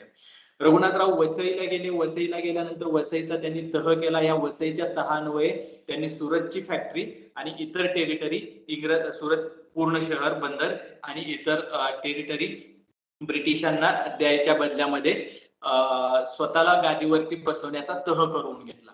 पण याच्यात इंग्रज थोडेसे नाही म्हणलं तरी फसले, कारण ज्यावेळी पहिलं युद्ध ब्रिटिश आणि मराठ्यांचं झालं, या ब्रिटिश आणि मराठ्यांच्या मध्ये त्यांच्या ही गोष्ट लक्षात आली नाही की पुन्हा अजूनही एक स्ट्रॉंग सेंटर आहे पॉवरचं आणि त्याच्यामुळे आपण लगेच या मराठ्यांचा पराभव करू शकत नाही. रघुनाथरावांची जी इच्छा होती ती तर अपुरी राहिलीच, पण इंग्रजांना थोडासा मानहानी घालत पहिला सुरतचा आणि पुरंदरचा करार स्वीकारावा लागला.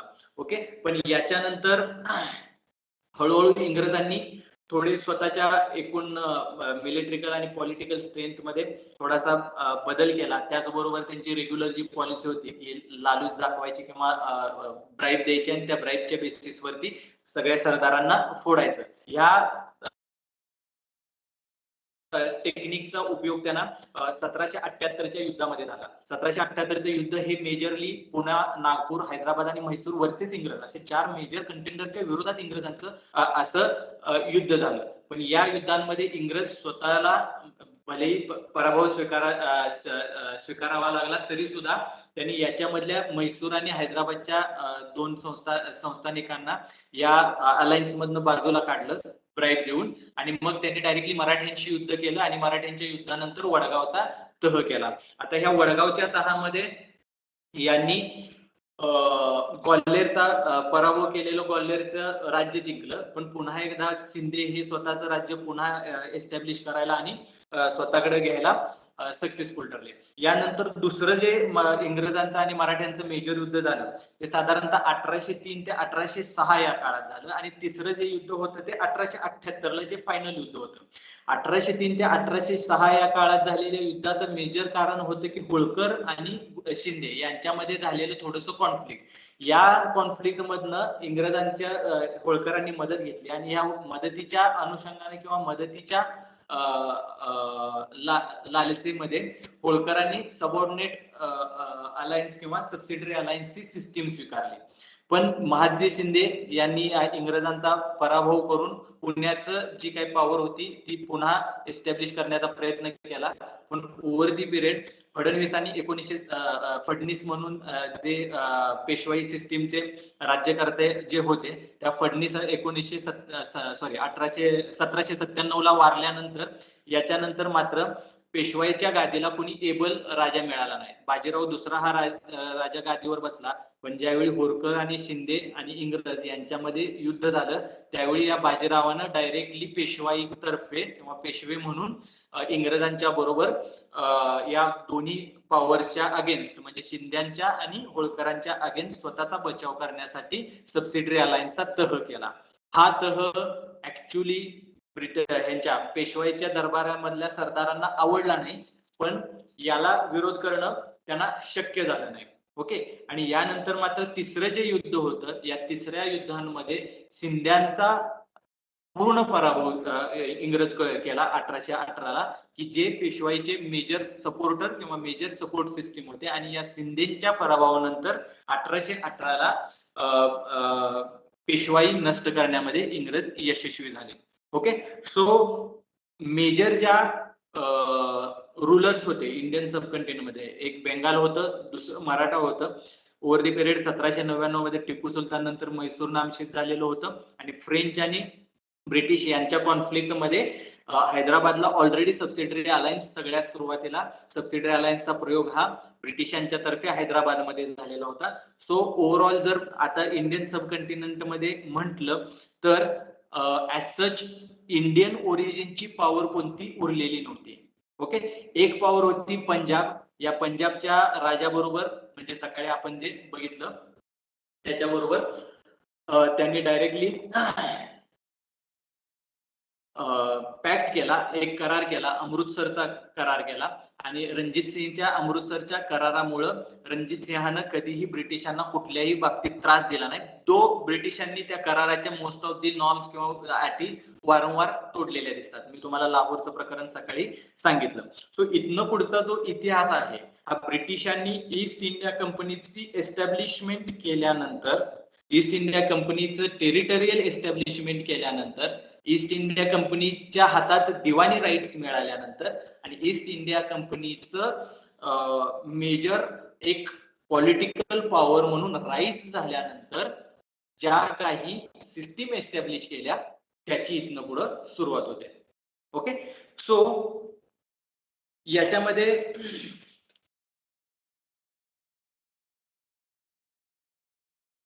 ईस्ट इंडिया कंपनीनं बंगालचा ताबा घेतल्यानंतर इकडं ब्रिटिशांची किंवा इंग्लंड पार्लिमेंटमध्ये याविषयी चर्चा चालू झाली. ऍक्च्युली ईस्ट इंडिया कंपनीला मोनोपॉली इंडियन सबकंटिनेंटच्या बरोबरच्या ट्रेडमध्ये होती, जी 1600 मध्ये इंग्लंडच्या राणीनं दिलेली होती. आणि या बेसवरती हे जे ब्रिटिश होते, हे ब्रिटिश ओव्हरऑल इंडियन सबकंटिनेंट मधल्या टेरिटोरियल एक्सपान्शन मध्ये या सगळ्या सुटीचा किंवा या सगळ्या सवलतीचा आणि या सगळ्या फरमानांचा वापर करून एक्सपान्शन करत होते. पण हळूहळू एक गोष्ट इंग्लिश पार्लिमेंटला लक्षात यायला लागली की ईस्ट इंडिया कंपनीची पॉवर वाढत निघाली.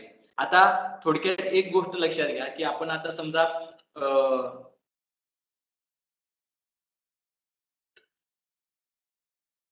पॉलिटिकल सिस्टीमचा विचार केला तर एक लॉबिंग हा एक प्रकार असतो. तुम्ही बऱ्याचदा ते न्यूजपेपर मध्ये वाचला असेल किंवा बऱ्याचदा डिस्कशन्स मध्ये वाचलं असेल किंवा अनालिसिस मध्ये, लेखांमध्ये वाचलेलं असेल. हे लॉबिंग असतं काय की समजा एखादी पॉवरफुल ऑथॉरिटी आहे, या पॉवरफुल ऑथॉरिटीनं डिसिजन एखाद्या विशिष्ट पद्धतीनं घेण्यासाठी, एखाद्या विशिष्ट पद्धतीनं डिसिजन घेण्यासाठी किंवा एखादा पर्टिक्युलर डिसिजन घेण्यासाठी त्यांना इन्क्लाइन करण्यासाठी, त्या पर्स्पेक्टिव्हनं इन्क्लाइन करण्यासाठी काही लालूच दाखवली जाते किंवा काही त्यांना मदत केली जाते. या मदतीला लॉबिंग म्हणतात. इंडियन सबकंटिनेंट मध्ये, इंडियन डेमोक्रेटिक सिस्टीम मध्ये लॉबिंगला आपल्यात मान्यता नाही. It is a crime. Okay. It is a criminal thing. Okay. पण जर तुम्ही याच्यात पाहिलं अमेरिकन सबकंटिनेंट मध्ये किंवा अमेरिकेमध्ये पाहिलं USA मध्ये, तर lobbying is a legal thing की ज्याच्यामुळं कॅपिटलिस्ट जे आहेत किंवा जे मोठे इंडस्ट्रियलिस्ट आहेत किंवा MNCs आहेत, हे त्यांच्या पर्स्पेक्टिव्ह मधनं एकूण काँग्रेसनं किंवा सिनेटनं डिसिजन घ्यावेत याच्यासाठी प्रयत्न करू शकतात. आता हे प्रयत्न करताना there is a some establish system. म्हणजे तुम्ही काय एखाद्याला कोपऱ्यात घेतलं, त्याला पैसे दिले आणि त्यानं तुमचं काम केलं असं नाहीये. तिथं तुम्हाला तुमची मतं पटवून द्यावी लागतील. तिथं तुम्हाला त्या एकूण पॉलिसीचा भविष्यामध्ये होणारा फायदा त्या एकूण सिनेटर्सना किंवा काँग्रेसमन्सना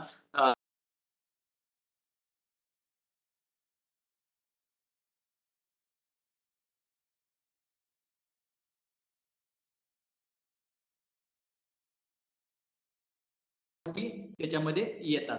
सो इंडियन सबकॉन्टिनेंट मध्ये ज्यावेळी तुम्ही या गोष्टीचा विचार करा की एक मिनिट, जस्ट अ मिनिट.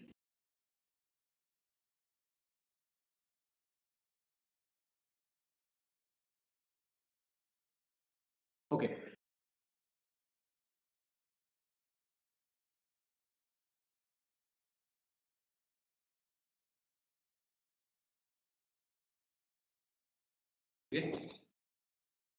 ज्यावेळी आपण पाहत होतो की लॉबिंग काय असतं. सो ज्यावेळी ईस्ट इंडिया कंपनीचा राईज व्हायला लागला त्यावेळी East India company major political entity म्हणून इंडियन ब्रिटिश पार्लिमेंटमध्ये समोर यायला लागली आणि याच्यामुळे पॉलिसी डिसिजन्स किंवा याच्यामध्ये त्यांचा इन्फ्लुएन्स वाढत गेला. सो ओव्हर दी पिरियड तिथल्या काँग्रेसमनचं किंवा ब्रिटिश पार्लिमेंटचं हे म्हणणं बनत गेलं की we have to control this East India company आणि हे कंट्रोल करण्यासाठी वेगवेगळे ऍक्ट तयार करण्यात आले. ओके. सुरुवातीच्या काळामध्ये जे ब्रिटिश इंडियन टेरिटरी होती, ब्रिटिश इंडियन टेरिटरीपेक्षा त्याला ईस्ट इंडिया कंपनीची टेरिटरी जी होती ती ईस्ट इंडिया कंपनीची टेरिटरी ही रेग्युलराइज करणं किंवा त्यांच्यावरती रेग्युलेशन्स लादणं that was a priority. So पहिला जो ऍक्ट होता त्याचं नाव होतं द रेग्युलेटिंग ऍक्ट ऑफ 1773. या ऍक्ट नुसार सुरुवातीला काय करण्यात आलं की ऍडमिनिस्ट्रेटिव्ह सिस्टीम मध्ये गव्हर्नर जनरल ऑफ बेंगाल जो गव्हर्नर ऑफ बेंगाल होता तो गव्हर्नर जनरल ऑफ बेंगाल करण्यात आला. आता हे 1764चं बक्सारचं युद्ध झालेलं आहे, 1757चं प्लासीची लढाई झालेली आहे आणि हे जे अग्रीमेंट आहे किंवा हे जे रेग्युलेशन ऍक्ट आहे तो 1773चा ऍक्ट आहे. ह्या 1773चा ऍक्ट काय म्हणतो की जो बेंगालचा गव्हर्नर असेल he will be called as a governor general of Bengal. मग याच्या बरोबर मद्रासच्या अंडर जी टेरिटरी असेल आणि जी मुंबईच्या अंडर जी टेरिटरी असेल या दोन्ही टेरिटरीच्या वरती या गव्हर्नर जनरलचा अंमल बसवण्यात आला. त्याच्याबरोबर ईस्ट इंडिया कंपनीची जी काही टेरिटरी आहे याच्यामधले सिव्हिल, मिलिटरी आणि रेव्हेन्यूचे जे अफेअर्स आहेत याच्यावरती ब्रिटिश पार्लिमेंटचा अंमल प्रस्थापित करण्यात आला. आता आय थिंक की या सगळ्या रेग्युलेटिंग ऍक्ट तुम्हाला प्रताप सरांनी मागे सांगितलेले आहेत. आपण ते थोडेसे रिवाइज आणि थोडेसे कीनली अजून थोडस खोल आणि त्याचे पर्स्पेक्टिव्ह पाहायचा प्रयत्न करतोय. ओके. सो या सगळ्या बरोबर त्यांनी एक ज्युडिशियल सिस्टीम सुद्धा फॉर्मेशन करायचा प्रयत्न केला. याच्यामुळे त्यांनी सुप्रीम कोर्ट बेंगालमध्ये एस्टॅब्लिश करायचा प्रयत्न केला. ओके. आता हे सगळं एस्टॅब्लिश करताना त्या एस्टॅब्लिशमेंट मध्ये ईस्ट इंडिया कंपनीची जी ईस्ट इंडिया कंपनी जी ओव्हर पॉवर बनायचा प्रयत्न करत होती ती ओव्हर पॉवर बनणारी ईस्ट इंडिया कंपनीची पॉवर कंट्रोल करणं हाच मेजर त्याच्या मागचा उद्देश होता. कारण तुमची मिलिटरी असेल, रेव्हेन्यू असेल आणि सिव्हिल जे हे होते ऑथॉरिटी जी होती त्या सिव्हिल ऑथॉरिटी म्हणजे ओव्हरऑल बंगालवरती तुम्ही जे ऍडमिनिस्ट्रेटिव्ह सिस्टीम बसवताय याच्यावरती कंट्रोल ब्रिटिश पार्लिमेंटनं स्वतःचा आणायचा प्रयत्न केला होता. याचा अर्थ असा होता की ईस्ट इंडिया कंपनीच्या अखत्यारीत जे अनिर्बंध सत्ता येत निघाली ती कमी करणं. ओके. त्याच्याबरोबर ऍडमिनिस्ट्रेटिव्ह सिस्टीम मध्ये गव्हर्नर जनरल हा ज्यावेळी जाहीर करण्यात आला त्याच्याबरोबर त्याला 4 काउन्सिलर्स देण्यात आले. ओके. गव्हर्नर जनरलची एक एक्झिक्युटिव्ह बॉडी तयार करण्यात आली, 4 काउन्सिलर आणि त्याच्यामध्ये चीफ ऑफ डिफेन्स त्यामध्ये ऍड करण्यात आला आणि ह्या चौघांनी मिळून गव्हर्नर जनरलनी एकत्र येऊन हे डिसिजन घ्यावेत असं थोडस एस्टॅब्लिशमेंट करण्यात आली, सिस्टीम तयार करण्यात आली. याच्या मागचा मेन उद्देश होता की गव्हर्नर जनरल हा अनिर्बंध होऊ नये. ओके. या 1773च्या ऍक्ट मध्ये हे 1781 साली आणि 1784 साली अमेंडमेंट करण्यात आले. 1781 साली जी अमेंडमेंट करण्यात आलेली होती त्याच्यामध्ये सुप्रीम कोर्टाच्या बाबत जे एस्टॅब्लिश 1773चं एस्टॅब्लिश झालेलं सुप्रीम कोर्ट होतं त्याच्यामध्ये जे काही राईट्स होते सुप्रीम कोर्टाचे ते थोडेसे डिफाईन करण्यात आले. त्याच्यामुळे ज्युडिशरीची किंवा या सुप्रीम कोर्टाची टेरिटरियल रीच कितीपर्यंत आहे किंवा टेरिटरी कुठपर्यंत आहे हे मेन्शन करण्यात आलं आणि त्याच्याबरोबर जे civil servants of east India company होते किंवा officers of east India company होते यांच्यावरनं या सुप्रीम कोर्टाचे अधिकार काढून घेण्यात आले. म्हणजे जर त्यांनी ऑफिशियल कॅपॅसिटीमध्ये they have done something which is essential to maintain hold of east India company तर मग त्याच्या बाबतीत यांना इम्युनिटी देण्यात आली, या सिव्हिल सर्वंट्सना इम्युनिटी देण्यात आली. हे 1781च्या अमेंडमेंटचं 1773च्या ऍक्ट मध्ये, द रेग्युलेशन ऍक्ट ऑफ 1773च्या ऍक्ट मध्ये अमेंडमेंट 1781 मध्ये झाले. ओके, पिट्स इंडिया ऍक्ट म्हणून 1784चा रेग्युलेटिंग ऍक्ट होता. आता ह्या 1784च्या पिट्स इंडिया ऍक्ट न खरं तर ईस्ट इंडिया कंपनीच्या हातातनं मेजर अधिकार काढून घेण्याचे प्रयत्न केले गेले. आता याच्यामध्ये झालं काय की board of control, okay, board of governor म्हणून ह्या ईस्ट इंडिया कंपनीचे एक गव्हर्नरिंग काउन्सिल होते, बोर्ड ऑफ गव्हर्नर म्हणून.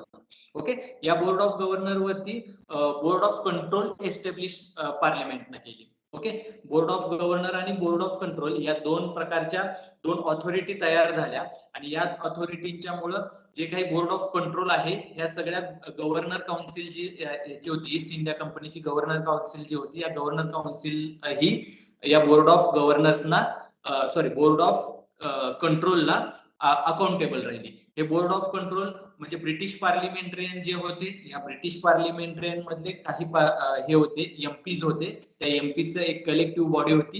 ही कलेक्टिव्ह बॉडी या ओव्हरऑल ईस्ट इंडिया कंपनीचे जे काही गव्हर्नर्स असतील, गव्हर्निंग काउन्सिल होती, या गव्हर्निंग काउन्सिलच्या डिसिजन्स वरती कंट्रोल ठेवायचे. ओके, त्याच्याबरोबर त्यांनी 1784च्या ऍक्ट मध्ये ओव्हरऑल जी साधारणतः ब्रिटिश ईस्ट इंडिया कंपनीनं वॉर आणि त्या वॉर मधनं टेरिटरियल एक्सपान्शन करायचे प्रयत्न जनरली सगळ्याच राज्यांच्या बरोबर चालू केलेले होते. म्हणजे सगळ्यात जे प्रिन्सली स्टेट्स किंवा स्टेट्स होते त्यांच्या बरोबर वॉर करायचं, त्यांना सबऑर्डिनेट करायचं किंवा त्यांना जिंकायचं किंवा त्यांच्याबरोबर पॅक्ट करायचं, अशा माध्यमातून टेरिटरियल एक्सपान्शन केलेलं होतं. ते जनरल एक्सपान्शन किंवा हे जनरल वॉर हा ट्रेंड बंद करण्याचा प्रयत्न या पिट्स इंडिया ऍक्ट न केलेला होता. ओके, पिट्स हा त्यावेळेचा पीएम होता, त्यानं हे केलेलं होतं. ओके, सो या सगळ्या बेस मधनं पिट्स नंतर द ऍक्ट ऑफ 1786 आला. ह्या पिट्स इंडिया ऍक्ट नंतर आला ऍक्ट ऑफ 1786. 1782 ला Cornwallis become as a governor general of India.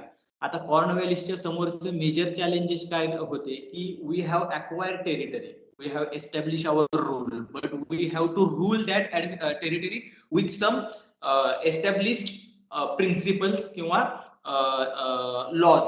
Okay, so कॉर्नवॉलिसला ही सगळी सिस्टीम तयार करण्याचं एक आव्हानात्मक कार्य होतं. सो ज्यावेळी 1782 ला तो आला आणि 1782च्या आधी 1781चा 1773चा ऍक्ट आणि त्याच्यानंतर आलेला पिट्स इंडिया 1784चा ऍक्ट, या सगळ्या ऍक्ट मुळे काय झालं की गव्हर्नर जनरलला जे 1773च्या थ्रू तयार झालेलं जे काउन्सिल, 4 जणांचं काउन्सिल गव्हर्नर जनरलला हेल्प म्हणून तयार करण्यात आलं होतं, हे ओव्हरऑल सगळ्या एकूण ऍडमिनिस्ट्रेटिव्ह सिस्टीम मध्ये अडथळा ठरायला लागला. सो कॉर्नवॉलिसच्या मदतीसाठी 1783चा ऍक्ट करण्यात आला.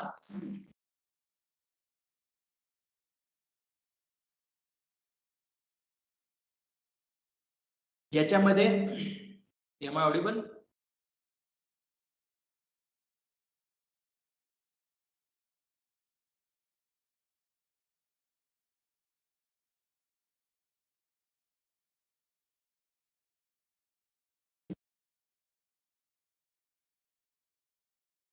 ओके, ठीक आहे. 1786 मध्ये काय झालं की कॉर्नवॉलिस ह्या ज्या काही नवीन रिफॉर्म्स आणायचे प्रयत्न करत होता, ऍडमिनिस्ट्रेटिव्ह सिस्टीम एस्टॅब्लिश करायचा प्रयत्न करत होता, त्या ऍडमिनिस्ट्रेटिव्ह सिस्टीम मध्ये 1786 मध्ये कॉर्नवॉलिसनं जे अडथळे यायचे ह्या इतर काउन्सिलर्स कडून, त्या काउन्सिलर्सच्या अडथळ्यांना ओव्हरराईड करण्याची पॉवर ह्या याला मिळाली, कॉर्नवॉलिसला मिळाली 1786च्या नंतर. आणि अल्टिमेटली या सगळ्या याच्यानंतर तयार झालेले जे गव्हर्नर जनरल्स होते किंवा जे कोणी गव्हर्नर जनरल्स या इंडियन सबकॉन्टिनेंट मध्ये आली, त्यांच्याकडे ही 1786 ला अपवाद म्हणून कॉर्नवॉलिसला दिलेली जी काही पॉवर होती, ओव्हररायडिंगची पॉवर इतर काउन्सिलर्सच्या ह्याच्यावरती, निर्णयावरती, ती ओव्हररायडिंग पॉवर सगळ्यांना लागू करण्यात आली. ओके, याच्यानंतरचा जो ऍक्ट होता तो चार्टर ऍक्ट 1793चा होता. ओके, याच्यामध्ये मेजर काय सांगण्यात आलं की जे काही बोर्ड ऑफ कंट्रोलचे मेंबर्स होते, ओके, या सगळ्या मेंबर्सना आणि होम गव्हर्नमेंटचे जे मेंबर्स होते, म्हणजे जे काही इंडियन सब कंटिनेंट मध्ये ईस्ट इंडिया कंपनीचे ऑफिसर्स किंवा कॉर्नवेली सारखे गव्हर्नर जनरल वगैरे व्यक्ती होत्या, यांचा जो काही पगार होईल तो पगार हा डायरेक्टली फ्रॉम इंडियन रेव्हेन्यू मधनं कलेक्ट होईल. ओके, हा इंडियन रेव्हेन्यू किंवा इंडियन सब कंटिनेंट मध्ये जे काही स्टेट्स आहेत त्यांच्याकडून जो काही आपण रेव्हेन्यू कलेक्ट करू त्यातूनच या लोकांचे पगार दिले जातील. ओके, यानंतर 1793 मधल्या या कराराबरोबर ईस्ट इंडिया कंपनीला हे 20 वर्षाचे, म्हणजे 1773चा एक ऍक्ट होता, 1793चा ऍक्ट होता, त्यानंतर 1813चा ऍक्ट होता, 1813चा. हे ऍक्ट 20 वर्ष ईस्ट इंडिया कंपनीची मोनोपॉली एक्सटेंड करत होते. ही गोष्ट कायम लक्षात ठेवा. म्हणजे after 1773 act the monopoly of east India trade for trade with Indian sub continent हा 20 वर्षासाठी वाढवला गेला. 1793 नंतर सुद्धा हा मोनोपॉली ही 20 वर्षासाठी वाढवण्यात आली. 1813 मध्ये मात्र या सगळ्या याच्यामध्ये मोनोपॉली जी आहे याच्यामध्ये थोडेसे चेंजेस करण्यात आले. आता हे चेंजेस कोणते होते की इंडिया बरोबर जी ईस्ट इंडिया कंपनीची मोनोपॉली ट्रेड मोनोपॉली होती, ती ईस्ट इंडियाची ट्रेड मोनोपॉली ही काढून टाकण्यात आली 1813च्या ऍक्टनं. आणि त्याच्याबरोबर इंडियन कंपनीची जी ही होती, म्हणजे ईस्ट इंडिया कंपनीची जी ब्रिटिश पजेशन होतं, हे ब्रिटिश पजेशन जे आहे याला एक प्रॉपर ब्रिटिश पजेशन हे नाव देऊन याच्यावरती ही रूल करण्याची जी ईस्ट इंडिया कंपनीचं हे होती ती 20 वर्षासाठी वाढवण्यात आला. तो करार पुन्हा 20 वर्षासाठी वाढवण्यात आला 1853 पर्यंत. त्याच्याबरोबर 1813 मध्ये एक सगळ्यात महत्वाचा एक आणखी एक फॅक्ट होता की ज्याच्यामध्ये तुमच्या इंडियन सब कंटिनेंट मध्ये तुम्हाला लिटरेचर लर्निंग आणि सायन्स याच्या एक्सपान्शनसाठी, लिटरेचर लर्निंग आणि सायन्स याच्या एक्सपान्शनसाठी किंवा इंडियन सब कंटिनेंट मध्ये याच्या प्रचारासाठी तुम्हाला 1 लाख रुपये दरवर्षी खर्च करता येतील, याची ऑथॉरिटी ईस्ट इंडिया कंपनीच्या गव्हर्निंग काउन्सिलला देण्यात आली. मग ह्या 1 लाख रुपयांपासून खरं तर इंडियन सब कंटिनेंट मध्ये एज्युकेशन सिस्टीमची सुरुवात झाली असं म्हणता येईल.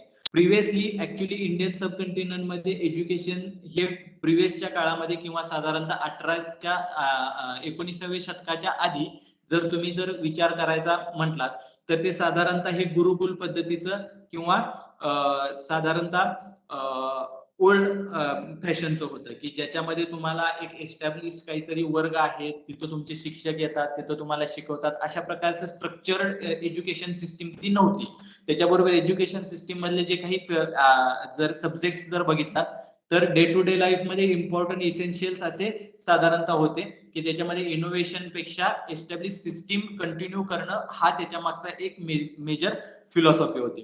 हे काय होतं की जनरली समजा तुम्ही मॅथमॅटिक्स शिकत असाल तर डे टू डे लाईफ मध्ये उपयोगाला येणारं मॅथमॅटिक्स शिकवलं जायचं, मग तुम्हाला वेगवेगळ्या फिलॉसॉफीज शिकवल्या जायच्या, मग तुम्हाला त्याच्याबरोबर एक लँग्वेजचं बेसिक शिक्षण दिलं जायचं. ओके, आणि त्याच्याबरोबर इतर जे लर्निंग असायचं ते साधारणतः म्हणजे वेदाज आणि या पद्धतीच्या जे रिलिजियस शिक्षण असायचं ते असायचं. ओके, त्याबरोबर जी ज्युडिशियल सिस्टीम होती ती ज्युडिशियल सिस्टीम पूर्वी काजीज आणि मुफ्तीच्या हातात होती, ज्यामधले फौजदारी जे कायदे होते किंवा क्रिमिनल जे कायदे होते ते मेजरली पर्शिया बेस्ड किंवा ह्या इस्लामिक बेस वरती होते. त्यामुळे काजीज आणि मुफ्ती जे क्रिमिनल हे होते ज्या काही ऍक्ट असायच्या त्याच्या बाबतचे निर्णय द्यायचे, आणि बाकीचे सिव्हिल लॉज जे होते ते हिंदूंसाठी वेगळे आणि मुस्लिमांसाठी वेगळे होते. कॉर्नवॅलिसनं या सगळ्या फॅक्टचा किंवा या सगळ्या गोष्टींचा व्यवस्थित उपयोग करून घेऊन इंडियन सब कंटिनेंट मध्ये या सिस्टीम्स एस्टॅब्लिश करण्याचा त्यानं प्रयत्न केला होता.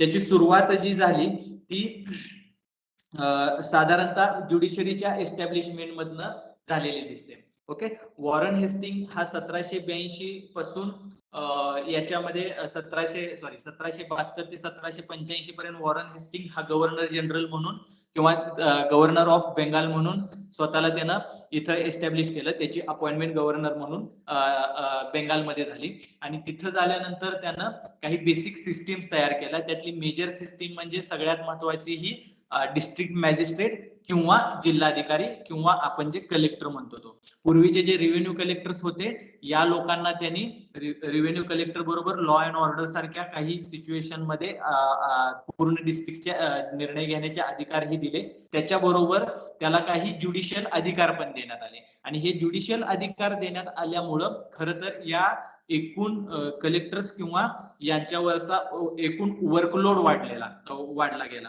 ओके, मग हे वर्कलोड कमी करण्यासाठी कॉर्नवॅलिसनं याच्यानंतर चेंजेस केले. सगळ्यात महत्वाचं पहिल्यांदा आपण ज्युडिशरीमध्ये वॉरेन हेस्टिंगनं काय इम्प्लिमेंटेशन केलं त्याचा थोडासा विचार करूया. 1773चा जो रेग्युलेशन ऍक्ट होता त्या 1773च्या रेग्युलेशन ऍक्टनं सुप्रीम कोर्टची एस्टॅब्लिशमेंट बेंगालमध्ये करण्यात आली.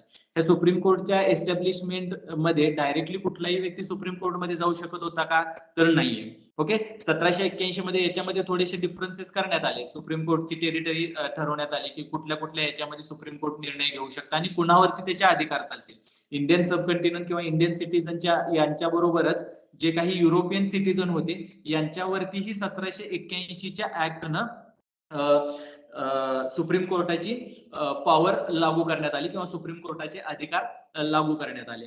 पण या सुप्रीम कोर्टामध्ये जाण्याच्या आधी डिस्ट्रिक्ट लेवलला डिस्ट्रिक्ट दिवाणी अदालत आणि डिस्ट्रिक्ट फौजदारी अदालत अशा 2 अदालतांची सुरुवात वॉरेन हेस्टिंगने केली होती. याच्यामध्ये डिस्ट्रिक्ट दिवाणी अदालत जे आहे ते डिस्ट्रिक्ट दिवाणी अदालत हे तुमच्या दिवाणी कायद्यांचा विचार करायचा आणि मग ह्या दिवाणी केसेस जे असायचे त्याच्यामध्ये निर्णय देण्याचं काम हे डिस्ट्रिक्ट दिवाणी अदालत करायचं. आणि डिस्ट्रिक्ट दिवाणी फौजदारी अदालत जी असायची ते क्रिमिनल ऍक्ट जे आहेत त्याच्याबाबतचे निर्णय घेण्याचं काम डिस्ट्रिक्ट फौजदारी अदालत करायचं. ओके, हे डिस्ट्रिक्ट ज्या अदालत होत्या ह्या दोन्ही अदालत ऍक्च्युअली कलेक्टरच्या अंडर होत्या. ओके, मी जे मगाशी म्हणलं की कलेक्टर वरती वर्कलोड वाढला होता तो या कारणामुळे वाढला होता की तुमचं day to day life day to day revenue कलेक्शनचे जे काय काम आहे तेही तुम्ही करायचं आणि त्याच्याबरोबर तुमचं हे ज्युडिशरी किंवा लॉ अँड ऑर्डर बरोबर लॉच्या इम्प्लिमेंटेशन आणि त्याच्यानंतर काय म्हणतात जस्टिस देण्याचं कामही या कलेक्टरना करावं लागायचं. आणि त्याच्यामुळं डिस्ट्रिक्ट दिवाणी अदालत आणि डिस्ट्रिक्ट फौजदारी अदालत हे डायरेक्टली कलेक्टरच्या अंडर आले आणि हे कलेक्टरवरती वर्कलोड वाढला गेला. आता हे डिस्ट्रिक्ट दिवाणी अदालतमध्ये जे काही कायदे असायचे बेसिक जे प्रिन्सिपल, आता जसे आपल्याला सुप्रीम कोर्टात हायकोर्टात जाताना काही विशिष्ट कायदे असतात. हायकोर्टाचं जे टेरिटरी तुम्ही जर हे बघितलं तर त्याचं तुम्हाला साधारणतः टेरिटरी जर म्हटलं तर ज्या राज्याचा हायकोर्ट आहे त्या राज्यातले जे राज्याने केलेले कायदे आहेत ते कायदे सांभाळायचे किंवा त्यांच्याबाबतचं न्याय देण्याचं काम हे हायकोर्ट करतात. सुप्रीम कोर्ट ओव्हरऑल इंडियन सबकंटिनेंट मधल्या ज्या काही केंद्राने जे केलेले कायदे आहेत त्याच्या संदर्भात आणि त्याचबरोबर त्या राज्यातून ज्या राज्यातून अशा केसेस अपिलेट मधनं वरती येतात त्या राज्याच्या कायद्याच्या अनुषंगानं आणि ब्लेंडिंग करून त्याच्या बाबतीत सुप्रीम कोर्ट निर्णय घेतं.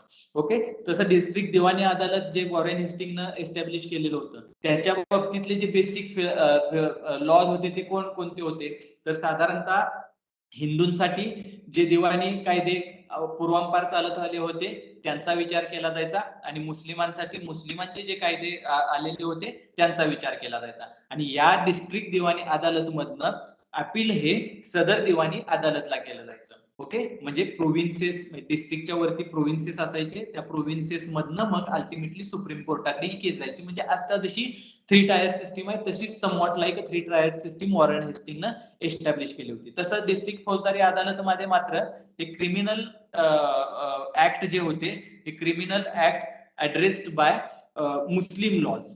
ओके, हे मात्र लक्षात ठेवा. दिवाणी अदालतमध्ये दोन्ही लॉज चालायचे, हिंदूंसाठी हिंदूंचे आणि मुस्लिमांसाठी मुस्लिमांचे. पण ज्यावेळी तुम्ही दिवाणी डिस्ट्रिक्ट फौजदारी अदालतचा विचार करता त्यावेळी तिथे जे कायदे चालायचे ते मोस्ट ऑफ दी कायदे चालताना तुम्हाला मुस्लिम लॉजच्या नुसार चाललेले दिसतात. आणि यातलं अपील जे चालायचं ते साधारण सदर निजामत अदालतमध्ये जायचं. आणि या सदर निजामत अदालतमध्ये ह्या क्रिमिनल ऍक्टचं किंवा डिस्ट्रिक्ट निजामत मध्ये डिस्ट्रिक्ट फौजदारी अदालतमध्ये जे काही कायदे चालले जायचे ते त्यांना जस्टिस देण्यासाठी काझीज किंवा मुफ्तीज यांची मदत घेतली जायची.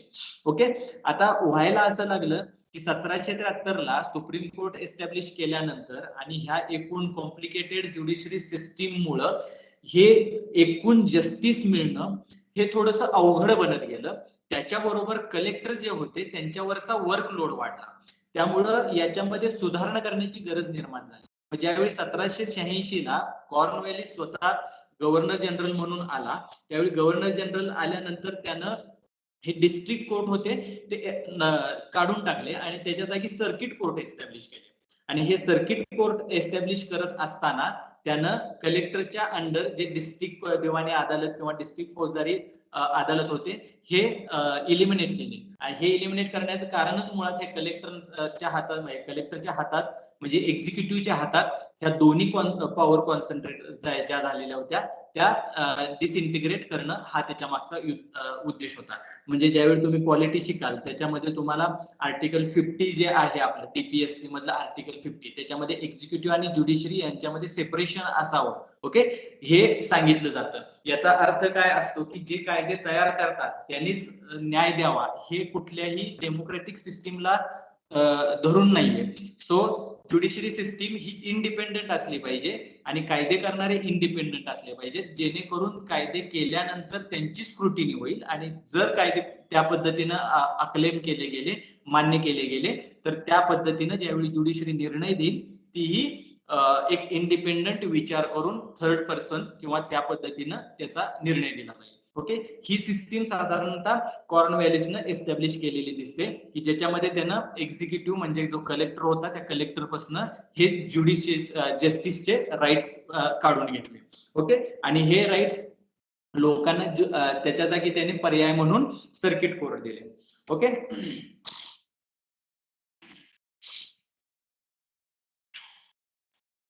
आता याबरोबर त्यानं आणखी एक काय केलं की कॉर्नवॅलिसनं एक कॉर्नवॅलिस कोड जाहीर केला. आता ह्या कोड मध्ये काय केलं त्यांनी सेपरेशन ऑफ रेव्हेन्यू आणि जस्टिस ऍडमिनिस्ट्रेशन केलं.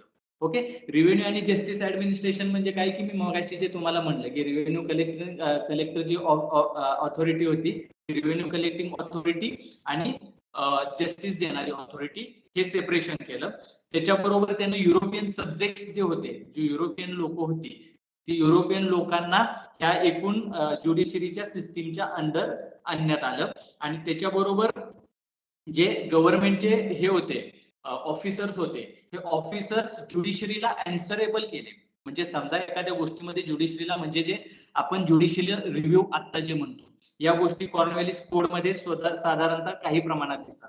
आता ही गोष्ट कायम लक्षात ठेवा की जरीही ह्या अँसरेबिलिटी किंवा थोडेसे इक्वॅलिटी अंडर कोर्ट सिस्टीम किंवा ज्युडिशरी सिस्टीम तुम्हाला दिसत असली तरीही ती ऍज सच ज्युडिशियल रिव्ह्यू सिस्टीम आहे असं म्हणजे आताच्या एक्झिस्टिंग कंडिशन मधली जी ज्युडिशियल रिव्ह्यू सिस्टीम आहे तशा पद्धतीने ती वर्क करते असं अजिबात समजू नका. ओके, याच्या मागचा अर्थ काय आहे की या पद्धतीची सुरुवात जरी कॉर्नवॅलिसनं केलेली असली तरीही ती डायरेक्टली इम्प्लिमेंट झाली नाही.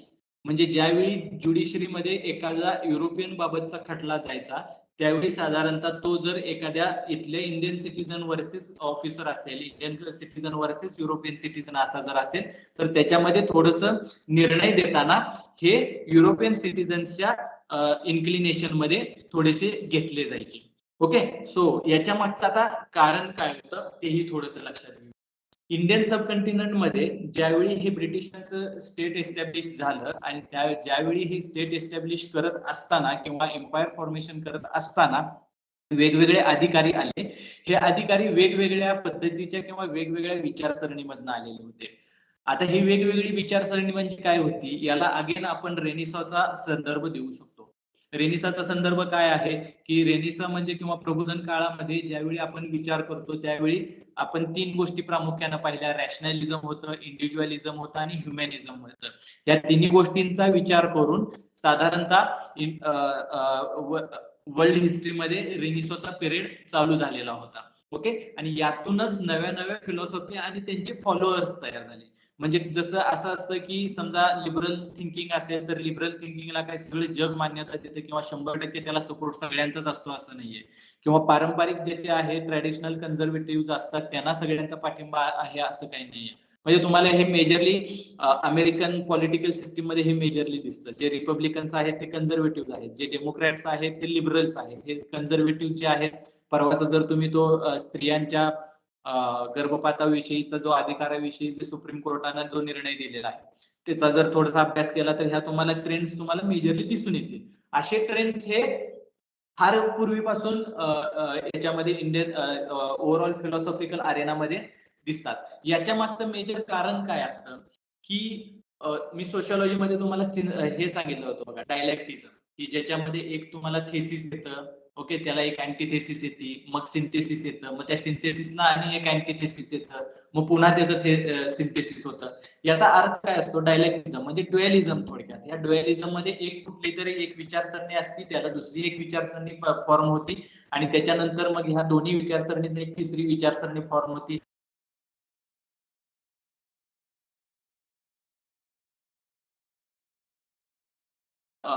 अवकाशामध्ये किंवा एकूण ट्रेंड्स मध्ये हे कायम चालू राहतं.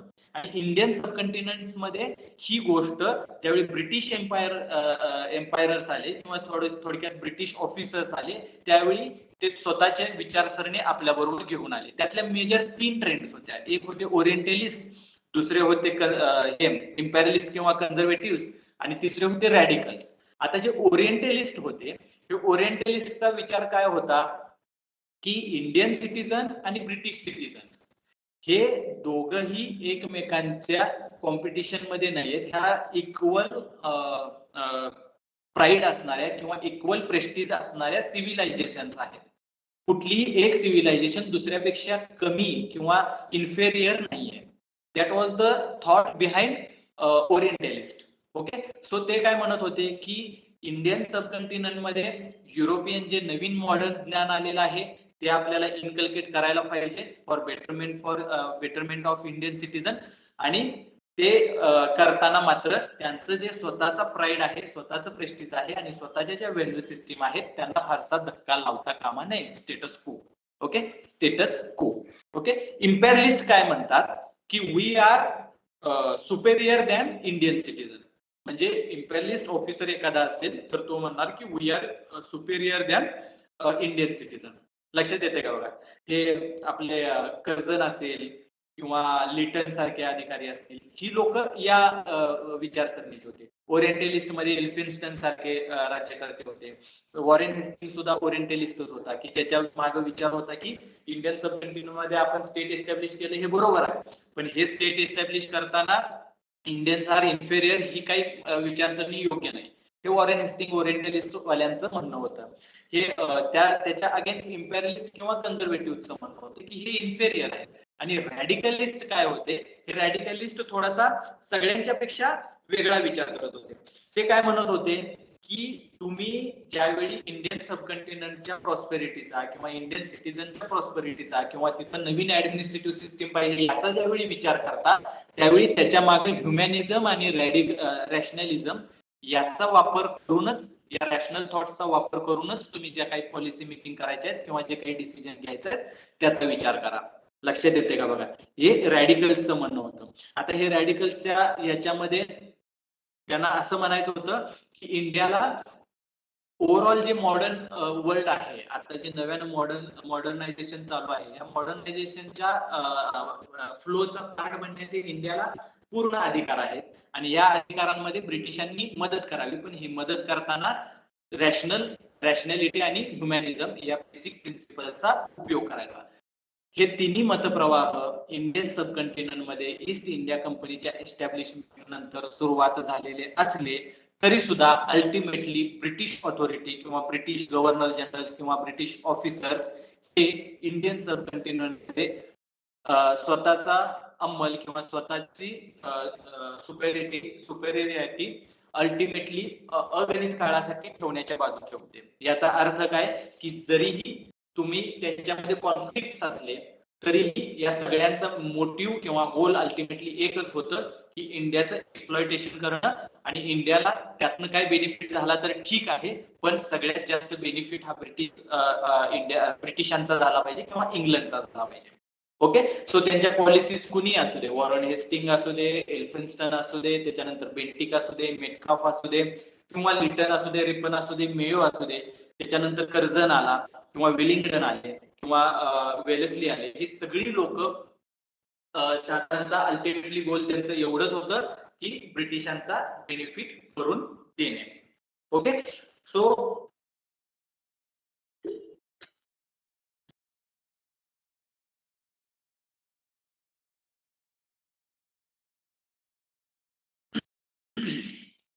या सगळ्या गोष्टींचा विचार करता आपण मगाशी जे म्हणत होतो की 1813 मध्ये इंडियन सबकॉन्टिनेंटच्या वरती ईस्ट इंडिया कंपनीचं राज्य किती चालावं हे 20 वर्षासाठी ब्रिटिश पार्लमेंटनं ठरवून दिलं.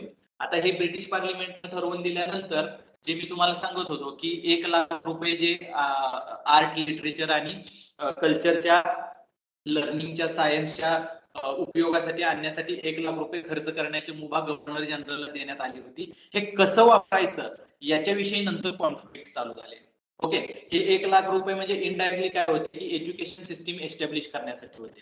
मी मगाशी जे ओरिएंटलिस्ट, रॅडिकल्स किंवा जे इम्पेरियलिस्ट सांगत होतो त्याचा पर्स्पेक्टिव्ह हा होता की 1,00,000 रुपये वापरताना ते कसे वापरायचे याच्यासाठी मग मात्र कॉन्फ्लिक्ट चालू झाले.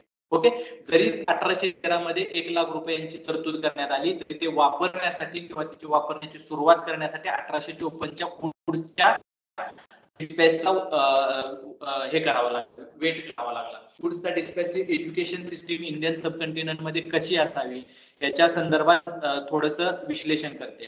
त्याच्या आधी मॅकॉलेनं 1834 मध्ये 1834 मध्ये मॅकॉलेनं काही सिस्टीम एस्टॅब्लिश, एज्युकेशन सिस्टीम कशी असावी याच्या संदर्भात काही हे दिले होते, प्रिन्सिपल्स दिले होते. एज्युकेशन सिस्टीमचा आपण अभ्यास करताना त्या गोष्टीचा हे करू. याच्यानंतर चार्टर्ड ऍक्ट 1833चा होता. ओके, ह्या चार्टर्ड ऍक्ट मध्ये 1813 मध्ये जे ईस्ट इंडिया कंपनीला राईट्स दिलेले होते, त्या ईस्ट इंडिया कंपनी मधल्या ट्रेड विथ इंडियाची मोनोपॉली ईस्ट इंडिया कंपनीची काढून टाकली होती. पण दोन गोष्टीची मोनोपॉली अजून होती, एक होती टीची आणि दुसरी होती चायना बरोबरच्या ट्रेडची. आता हा चायना बरोबरचा ट्रेड म्हणजे खरं तर एक मजेदार ट्रेड आहे. हा चायना बरोबरचा ट्रेड मेजरली चालायचा तो अफूच्या बाबतीत. ही गोष्ट कायम लक्षात ठेवा. सुरुवातीच्या काळामध्ये चायना बरोबरचा ट्रेड हा इतर सगळ्या बेसिक जे हँडीक्राफ्ट म्हणा, इतर काही गोष्टी असा चालायचा, पण हळूहळू हा ट्रेड साधारणतः अफूच्या ट्रेड मध्ये कन्वर्ट झाला आणि हा अफू ऍक्च्युअली ब्रिटिशांना मोठ्या प्रमाणात फायदा द्यायला उपयुक्त ठरला. ओके, सो चायनाचे रिलेशन हे आपल्या बरोबर ब्रिटिश ईस्ट इंडिया कंपनीपासून सुरू आहेत, कारण ब्रिटिश ईस्ट इंडिया कंपनी ही चायना बरोबर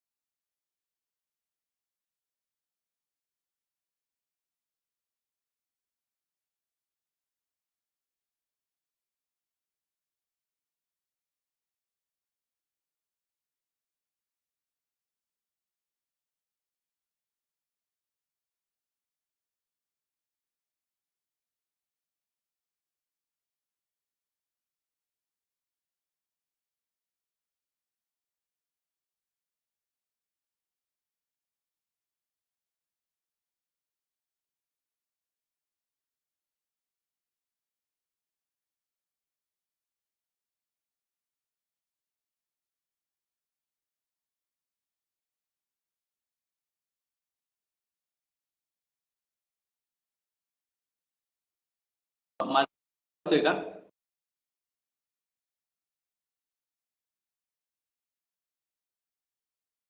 माझा आवाज येतोय का?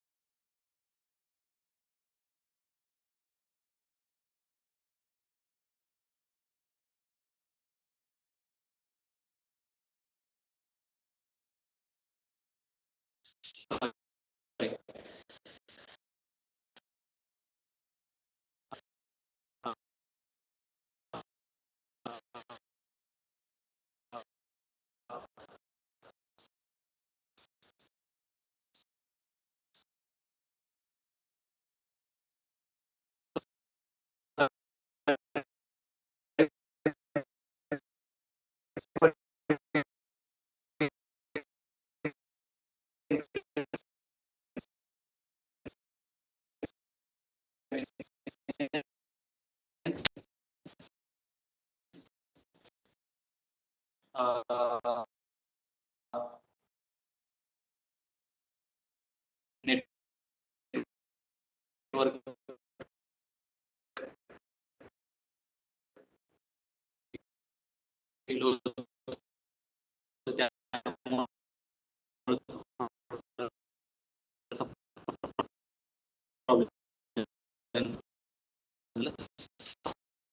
सॉरी.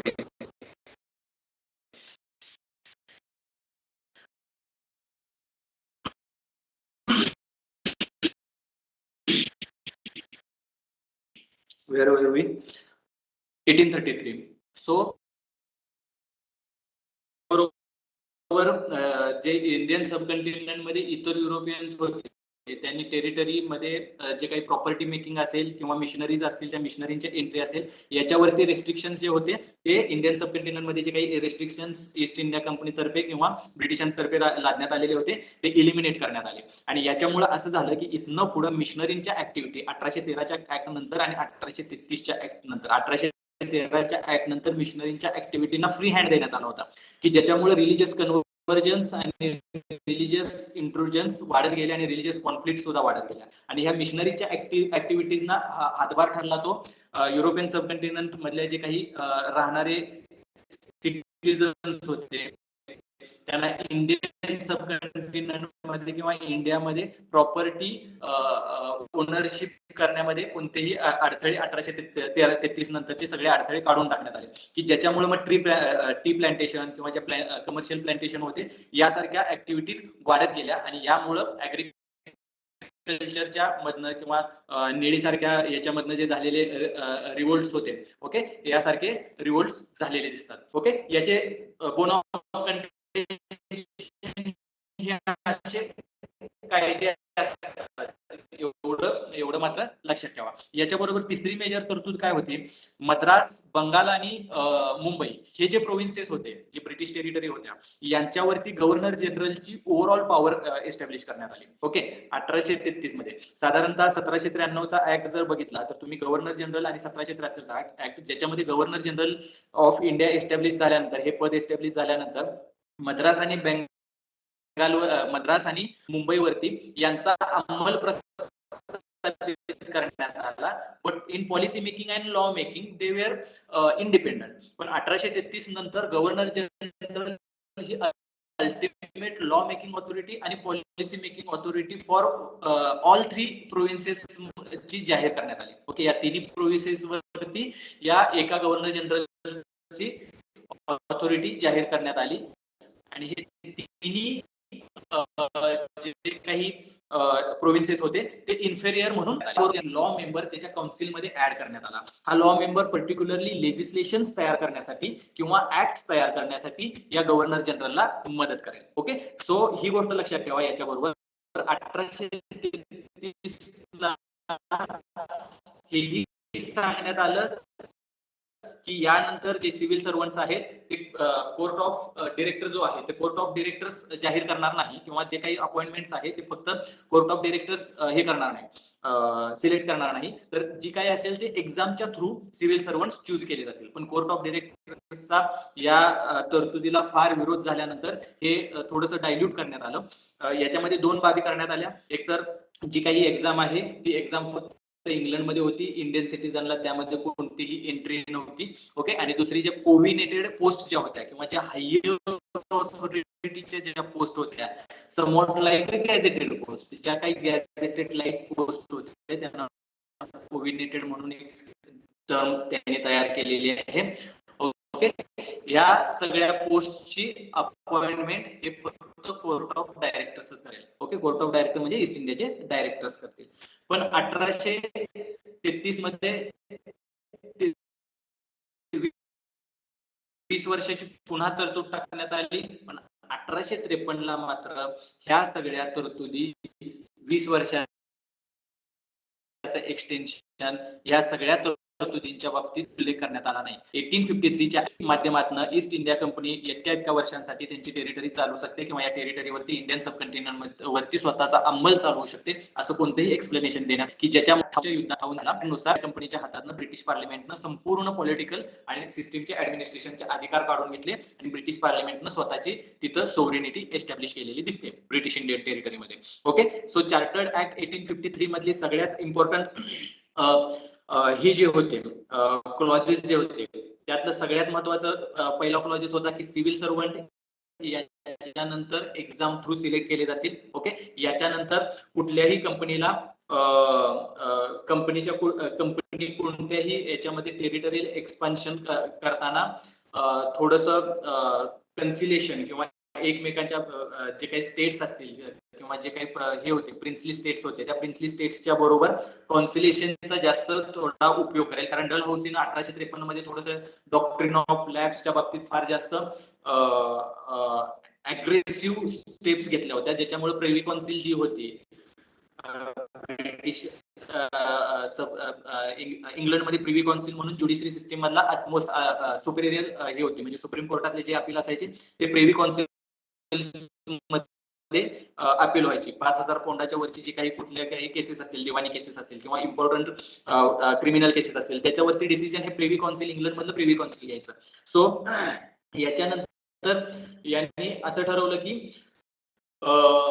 1853च्या कायद्यानुसार जे काही सिव्हिल सर्वंट्स आहेत ते सिव्हिल सर्वंट्स एकतर तुमच्या एक्झाम थ्रू निवडले जातील. जी कोर्ट ऑफ डायरेक्टर्सची जी काही स्ट्रेंथ आहे म्हणजे जे काही number of court of directors आहेत ते सगळे कमी करण्यात आले. ओके. लॉ मेंबर जो 1833च्या ऍक्ट नुसार अपॉइंट करण्यात आलेला होता तो ती पोस्ट परमनंट एक्झिक्युटिव्ह म्हणून करण्यात आले. म्हणजे थोडक्यात काय की लॉ मिनिस्टर किंवा लॉ मेंबर हा executive council of governor general of India याच्यामधला एक परमनंट मेंबर करण्यात आला आणि त्याच्या बरोबर एक्झिक्युटिव्ह काउन्सिल मध्ये पोर्टफोलिओ सिस्टीमची थोडी सुरुवात करण्यात आली. पोर्टफोलिओ सिस्टीम म्हणजे काय असतं मंत्री आणि त्यांचे जे काही त्यांच्या हातात अखत्यारीत काही कामकाजांचं डिव्हिजन केलेलं असतं याला पोर्टफोलिओ सिस्टीम म्हणतात. या पोर्टफोलिओ सिस्टीमची सुरुवात म्हणजे काय केली की एक्झिक्युटिव्ह काउन्सिल मध्ये त्यांनी 6 काउन्सिल मेंबर्स अपॉइंट केले.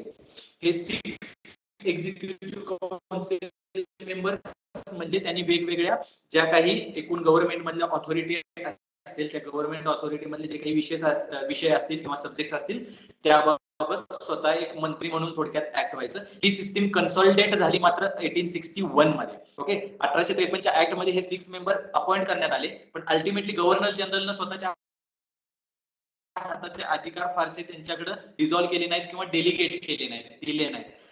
हे अपॉइंट मात्र एक्झिक्युटिव्ह काउन्सिल मध्ये झाले आणि through it was indication that ki British Parliament wants sovereignty over all British Indian territory, administration of British Indian territory. हे indirectly British Parliament ने दाखवून दिले की आम्हाला आता ही ब्रिटिश इंडियन टेरिटरी आहे ती आमच्या कब्जात घ्यायची आणि मोनोपॉली किंवा त्याच्यावरचे जे अधिकार कोर्ट ऑफ डायरेक्टर्सचे आहेत ते कमी करून टाकायचे. या सगळ्या गोष्टींमुळे काही इकॉनॉमिक फॅक्टर्समुळे over the period Indian subcontinent मध्ये ह्या फॉरेन ऍडमिनिस्ट्रेटर्सच्या बाबतीत एक असंतोष दाखवून यायला लागला. यातलं सगळ्यात महत्वाचं आणखी कारण किंवा रिलिजनच्या ज्या काही प्रिन्सिपल्स होते याच्यामध्ये मिशनरीच्या 1813च्या येण्यानंतर त्यांच्या कॉन्फ्लिक्ट व्हायला लागले. ओके. म्हणजे तिथल्या ओरिजिनल जे रिलिजन होते आणि त्यांचे जे फॉलोअर्स होते आणि मिशनरींच्या मध्ये, त्याच्याबरोबर सब कंटेनर मध्ये ऍग्रीसिस तयार झाले. ओके, वेगवेगळे ट्रायबल्सच्या भागांमधल्या ज्या काही इकॉनॉमिक पॉलिसी राबवण्यात आल्या त्यामुळे वेगवेगळ्या रिव्होल्ट्स झाल्या. 1833 नंतर वेल्थ अक्वायर करणं किंवा प्रॉपर्टी अक्वायर करण्याचे जे राईट्स युरोपियनांना देण्यात आले त्याच्यामुळे कमर्शियल प्लांटेशनमुळे नवीन प्रॉब्लेम्स क्रिएट झाले. आणि याच बरोबर जी इंडियन सब कंटिनेंट मध्ये जे काही ऑफिसरांच्या मगाशी कॅटेगरी सांगितली त्यातले जे इम्पेरियलिस्टिक आयडिओलॉजी होती, अशा आयडिओलॉजीमुळे ब्रिटिशांच्या एकूण ऍडमिनिस्ट्रेटिव्ह सिस्टीम मध्ये तयार झालेल्या हायरार्की, त्या हायरार्की मधनं लोअर पोस्ट इंडियन सिटीजनना देण्यात आल्या, हायर पोस्ट मध्ये कुठलाही से देण्यात आला नाही. त्याच्याबरोबर पगारांच्या असणाऱ्या पगार असणार, कमी असणारे पगार, या सगळ्या कारणांच्या स्तव एक प्रकारचा असंतोष बऱ्याच वर्षापासून गेल्या 50-60 वर्षापासून तिथं साठत होता. आणि याचा इम्प्लिकेशन, याचा परिणाम म्हणून 1858 म्हणजे 1857च्या काळामध्ये घडलेला उठाव होता. याची सगळी कारण, याचे रिपरकशन्स, याचे एकूण ऍडमिनिस्ट्रेशन वरती झालेले परिणाम, सोसायटीवरती झालेले परिणाम, याचं बॅकग्राऊंड, या सगळ्या गोष्टी आपण नेक्स्ट लेक्चर मध्ये पुढच्या आठवड्यात पाहूया. ओके, आतापर्यंत जो काही भाग झाला किंवा आतापर्यंत जे काही आपण डिस्कस केलं, ज्या काही इम्पॉर्टंट थिंग्स सांगितल्या, यामधला काही शंका आहेत का? यामध्ये काही क्वेरीज आहेत का? थोडे कनेक्शन इश्यूज आले मध्ये, सॉरी अबाउट दॅट. पण तरी अनइंटरप्टेड जेवढं काही सेशन झालेलं आहे त्याच्यामध्ये तुम्हाला, किंवा आता आपण शेवटी जे डिस्कस केलं त्याच्यामध्ये, जे ऍक्ट्स डिस्कस केले त्याच्यामध्ये तुम्हाला काही शंका आहेत का?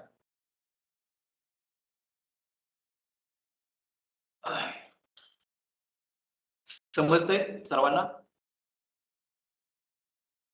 खरं तर अटेंडन्स व्हेरी लो आहे, पण ठीक आहे, रेकॉर्डेड लेक्चर पुन्हा ऐकतील काही लोक ज्यांना अटेंड करता आलं नाही त्यांना. आपल्या एकूण ग्रुप वरती तुमचे काही फीडबॅक्स असतील आणि इनपुट्स असतील, लेक्चर बाबतीत काही इम्प्रुव्हमेंट असेल किंवा तुम्हाला जर काही आणि एक्स्ट्रा माहिती हवी असेल तर ती तुम्ही मागत चला किंवा त्याच्याबाबत आम्हाला इन्फॉर्म करत चला. आज काही लेक्चर मध्ये सकाळच्या आणि आता दुपारच्या सेशन मध्ये काही शंका असतील तर प्लीज विचारा, अदरवाईज आपण इथं थांबूयात. मग 3 कॅन्डिडेट्स आहेत जे आता कंटिन्युअसली आपल्या बरोबर अटॅच आहेत: अमृता, नजीर, मधुश्री. तुम्हाला काही शंका आहेत का?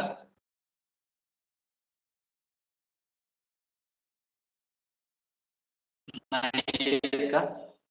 ठीक आहे. आजचा जेवढा पार्ट झालेला आहे तो साधारणतः तुम्हाला वाचण्यासाठीचा सोर्स कोणता हेही तुम्हाला आता सांगतो. मॉडर्न इंडियाचं बिपिन चंद्रांची एक एनसीआरटी आहे, ओल्ड एनसीआरटी, किंवा त्याच नावाचं मॉडर्न इंडिया नावाचं बिपिन चंद्रांचं एक बुक पण आहे. ओके, इंग्लिश मध्ये पण आहे आणि के सागर पब्लिकेशनचं मराठीत पण आहे. Those people which are who are comfortable with English, त्यांनी इंग्लिश बुक घेऊन वाचा किंवा ओल्ड एनसीआरटी घेऊन वाचा. आणि those who are not comfortable with English, त्यांनी मराठीतलं के सागर पब्लिकेशनचं पुस्तक घेऊन वाचा. ओव्हरऑल तुम्हाला जे काही मॉडर्न इंडियाचे क्वेश्चन्स येतात ते मोस्ट ऑफ दी या बुकच्या बेसिस वरती येतात. काही प्रश्न ग्रोवर्सच्या अटॅच आहेत, पण ते साधारणतः तुम्हाला एक ओव्हरऑल आवाका आला तर तुम्हाला ते समजून जाते. ओके, आफ्टर 1857 म्हणजे आपण जे पुढल्या लेक्चर पासून सुरुवात करणार आहे त्याच्यासाठी तुम्हाला स्पेक्ट्रम वापरणं बेस्ट आहे. स्पेक्ट्रमचा आता जे नवीन स्पेक्ट्रम आलेला आहे ते बल्की आहे. प्लीज अवॉइड दॅट की तुम्ही ते पुस्तक वापरायला जर गेला तर तुमचा वेळ विनाकारण वाया जाईल. आणि जे 21st साठी तयारी करतायत त्यांनी तर ते अगदीच नाही वापरलं तरी चालेल. जे युपीएससी साठी किंवा नेक्स्ट इयरच्या युपीएससी साठी प्रिपेअर करतायत त्यांनी मात्र काही हरकत नाहीये. ओके, स्पेक्ट्रम वापरायला. एमपीएससीच्या 21च्या प्रिपरेशन साठी मात्र बिपिन चंद्रा तुम्ही वाचा, ओव्हरऑल तुमचा आवाका तयार होईल. अदरवाईज तुम्हाला जर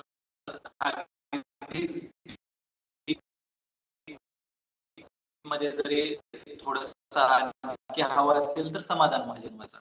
ओके, समाधान महाजन वाचरवाल हे एमपीसीच्या पर्स्पेक्टिव्ह मधनं तयार होतो. अगदी युपीएससीला पण ते हेल्पफुल आहे. फक्त एवढंच आहे की ते मराठीतून आहे. युनिक पब्लिकेशनचं समाधान महाजन. ओके, ठीक आहे. बाकी काही अडचण? Any queries? ठीक आहे. Thank you for your cooperation. We will met in next week. Okay, काही इनपुट्स असतील तर जरूर सांगत चला. काही क्वेरीज असतील तर वाचल्यानंतर तुम्हाला त्या काही आल्या तर पुढल्या आठवड्यात आपण त्याच्यावरती वेळ देऊन डिस्कशन करू. Thank you all.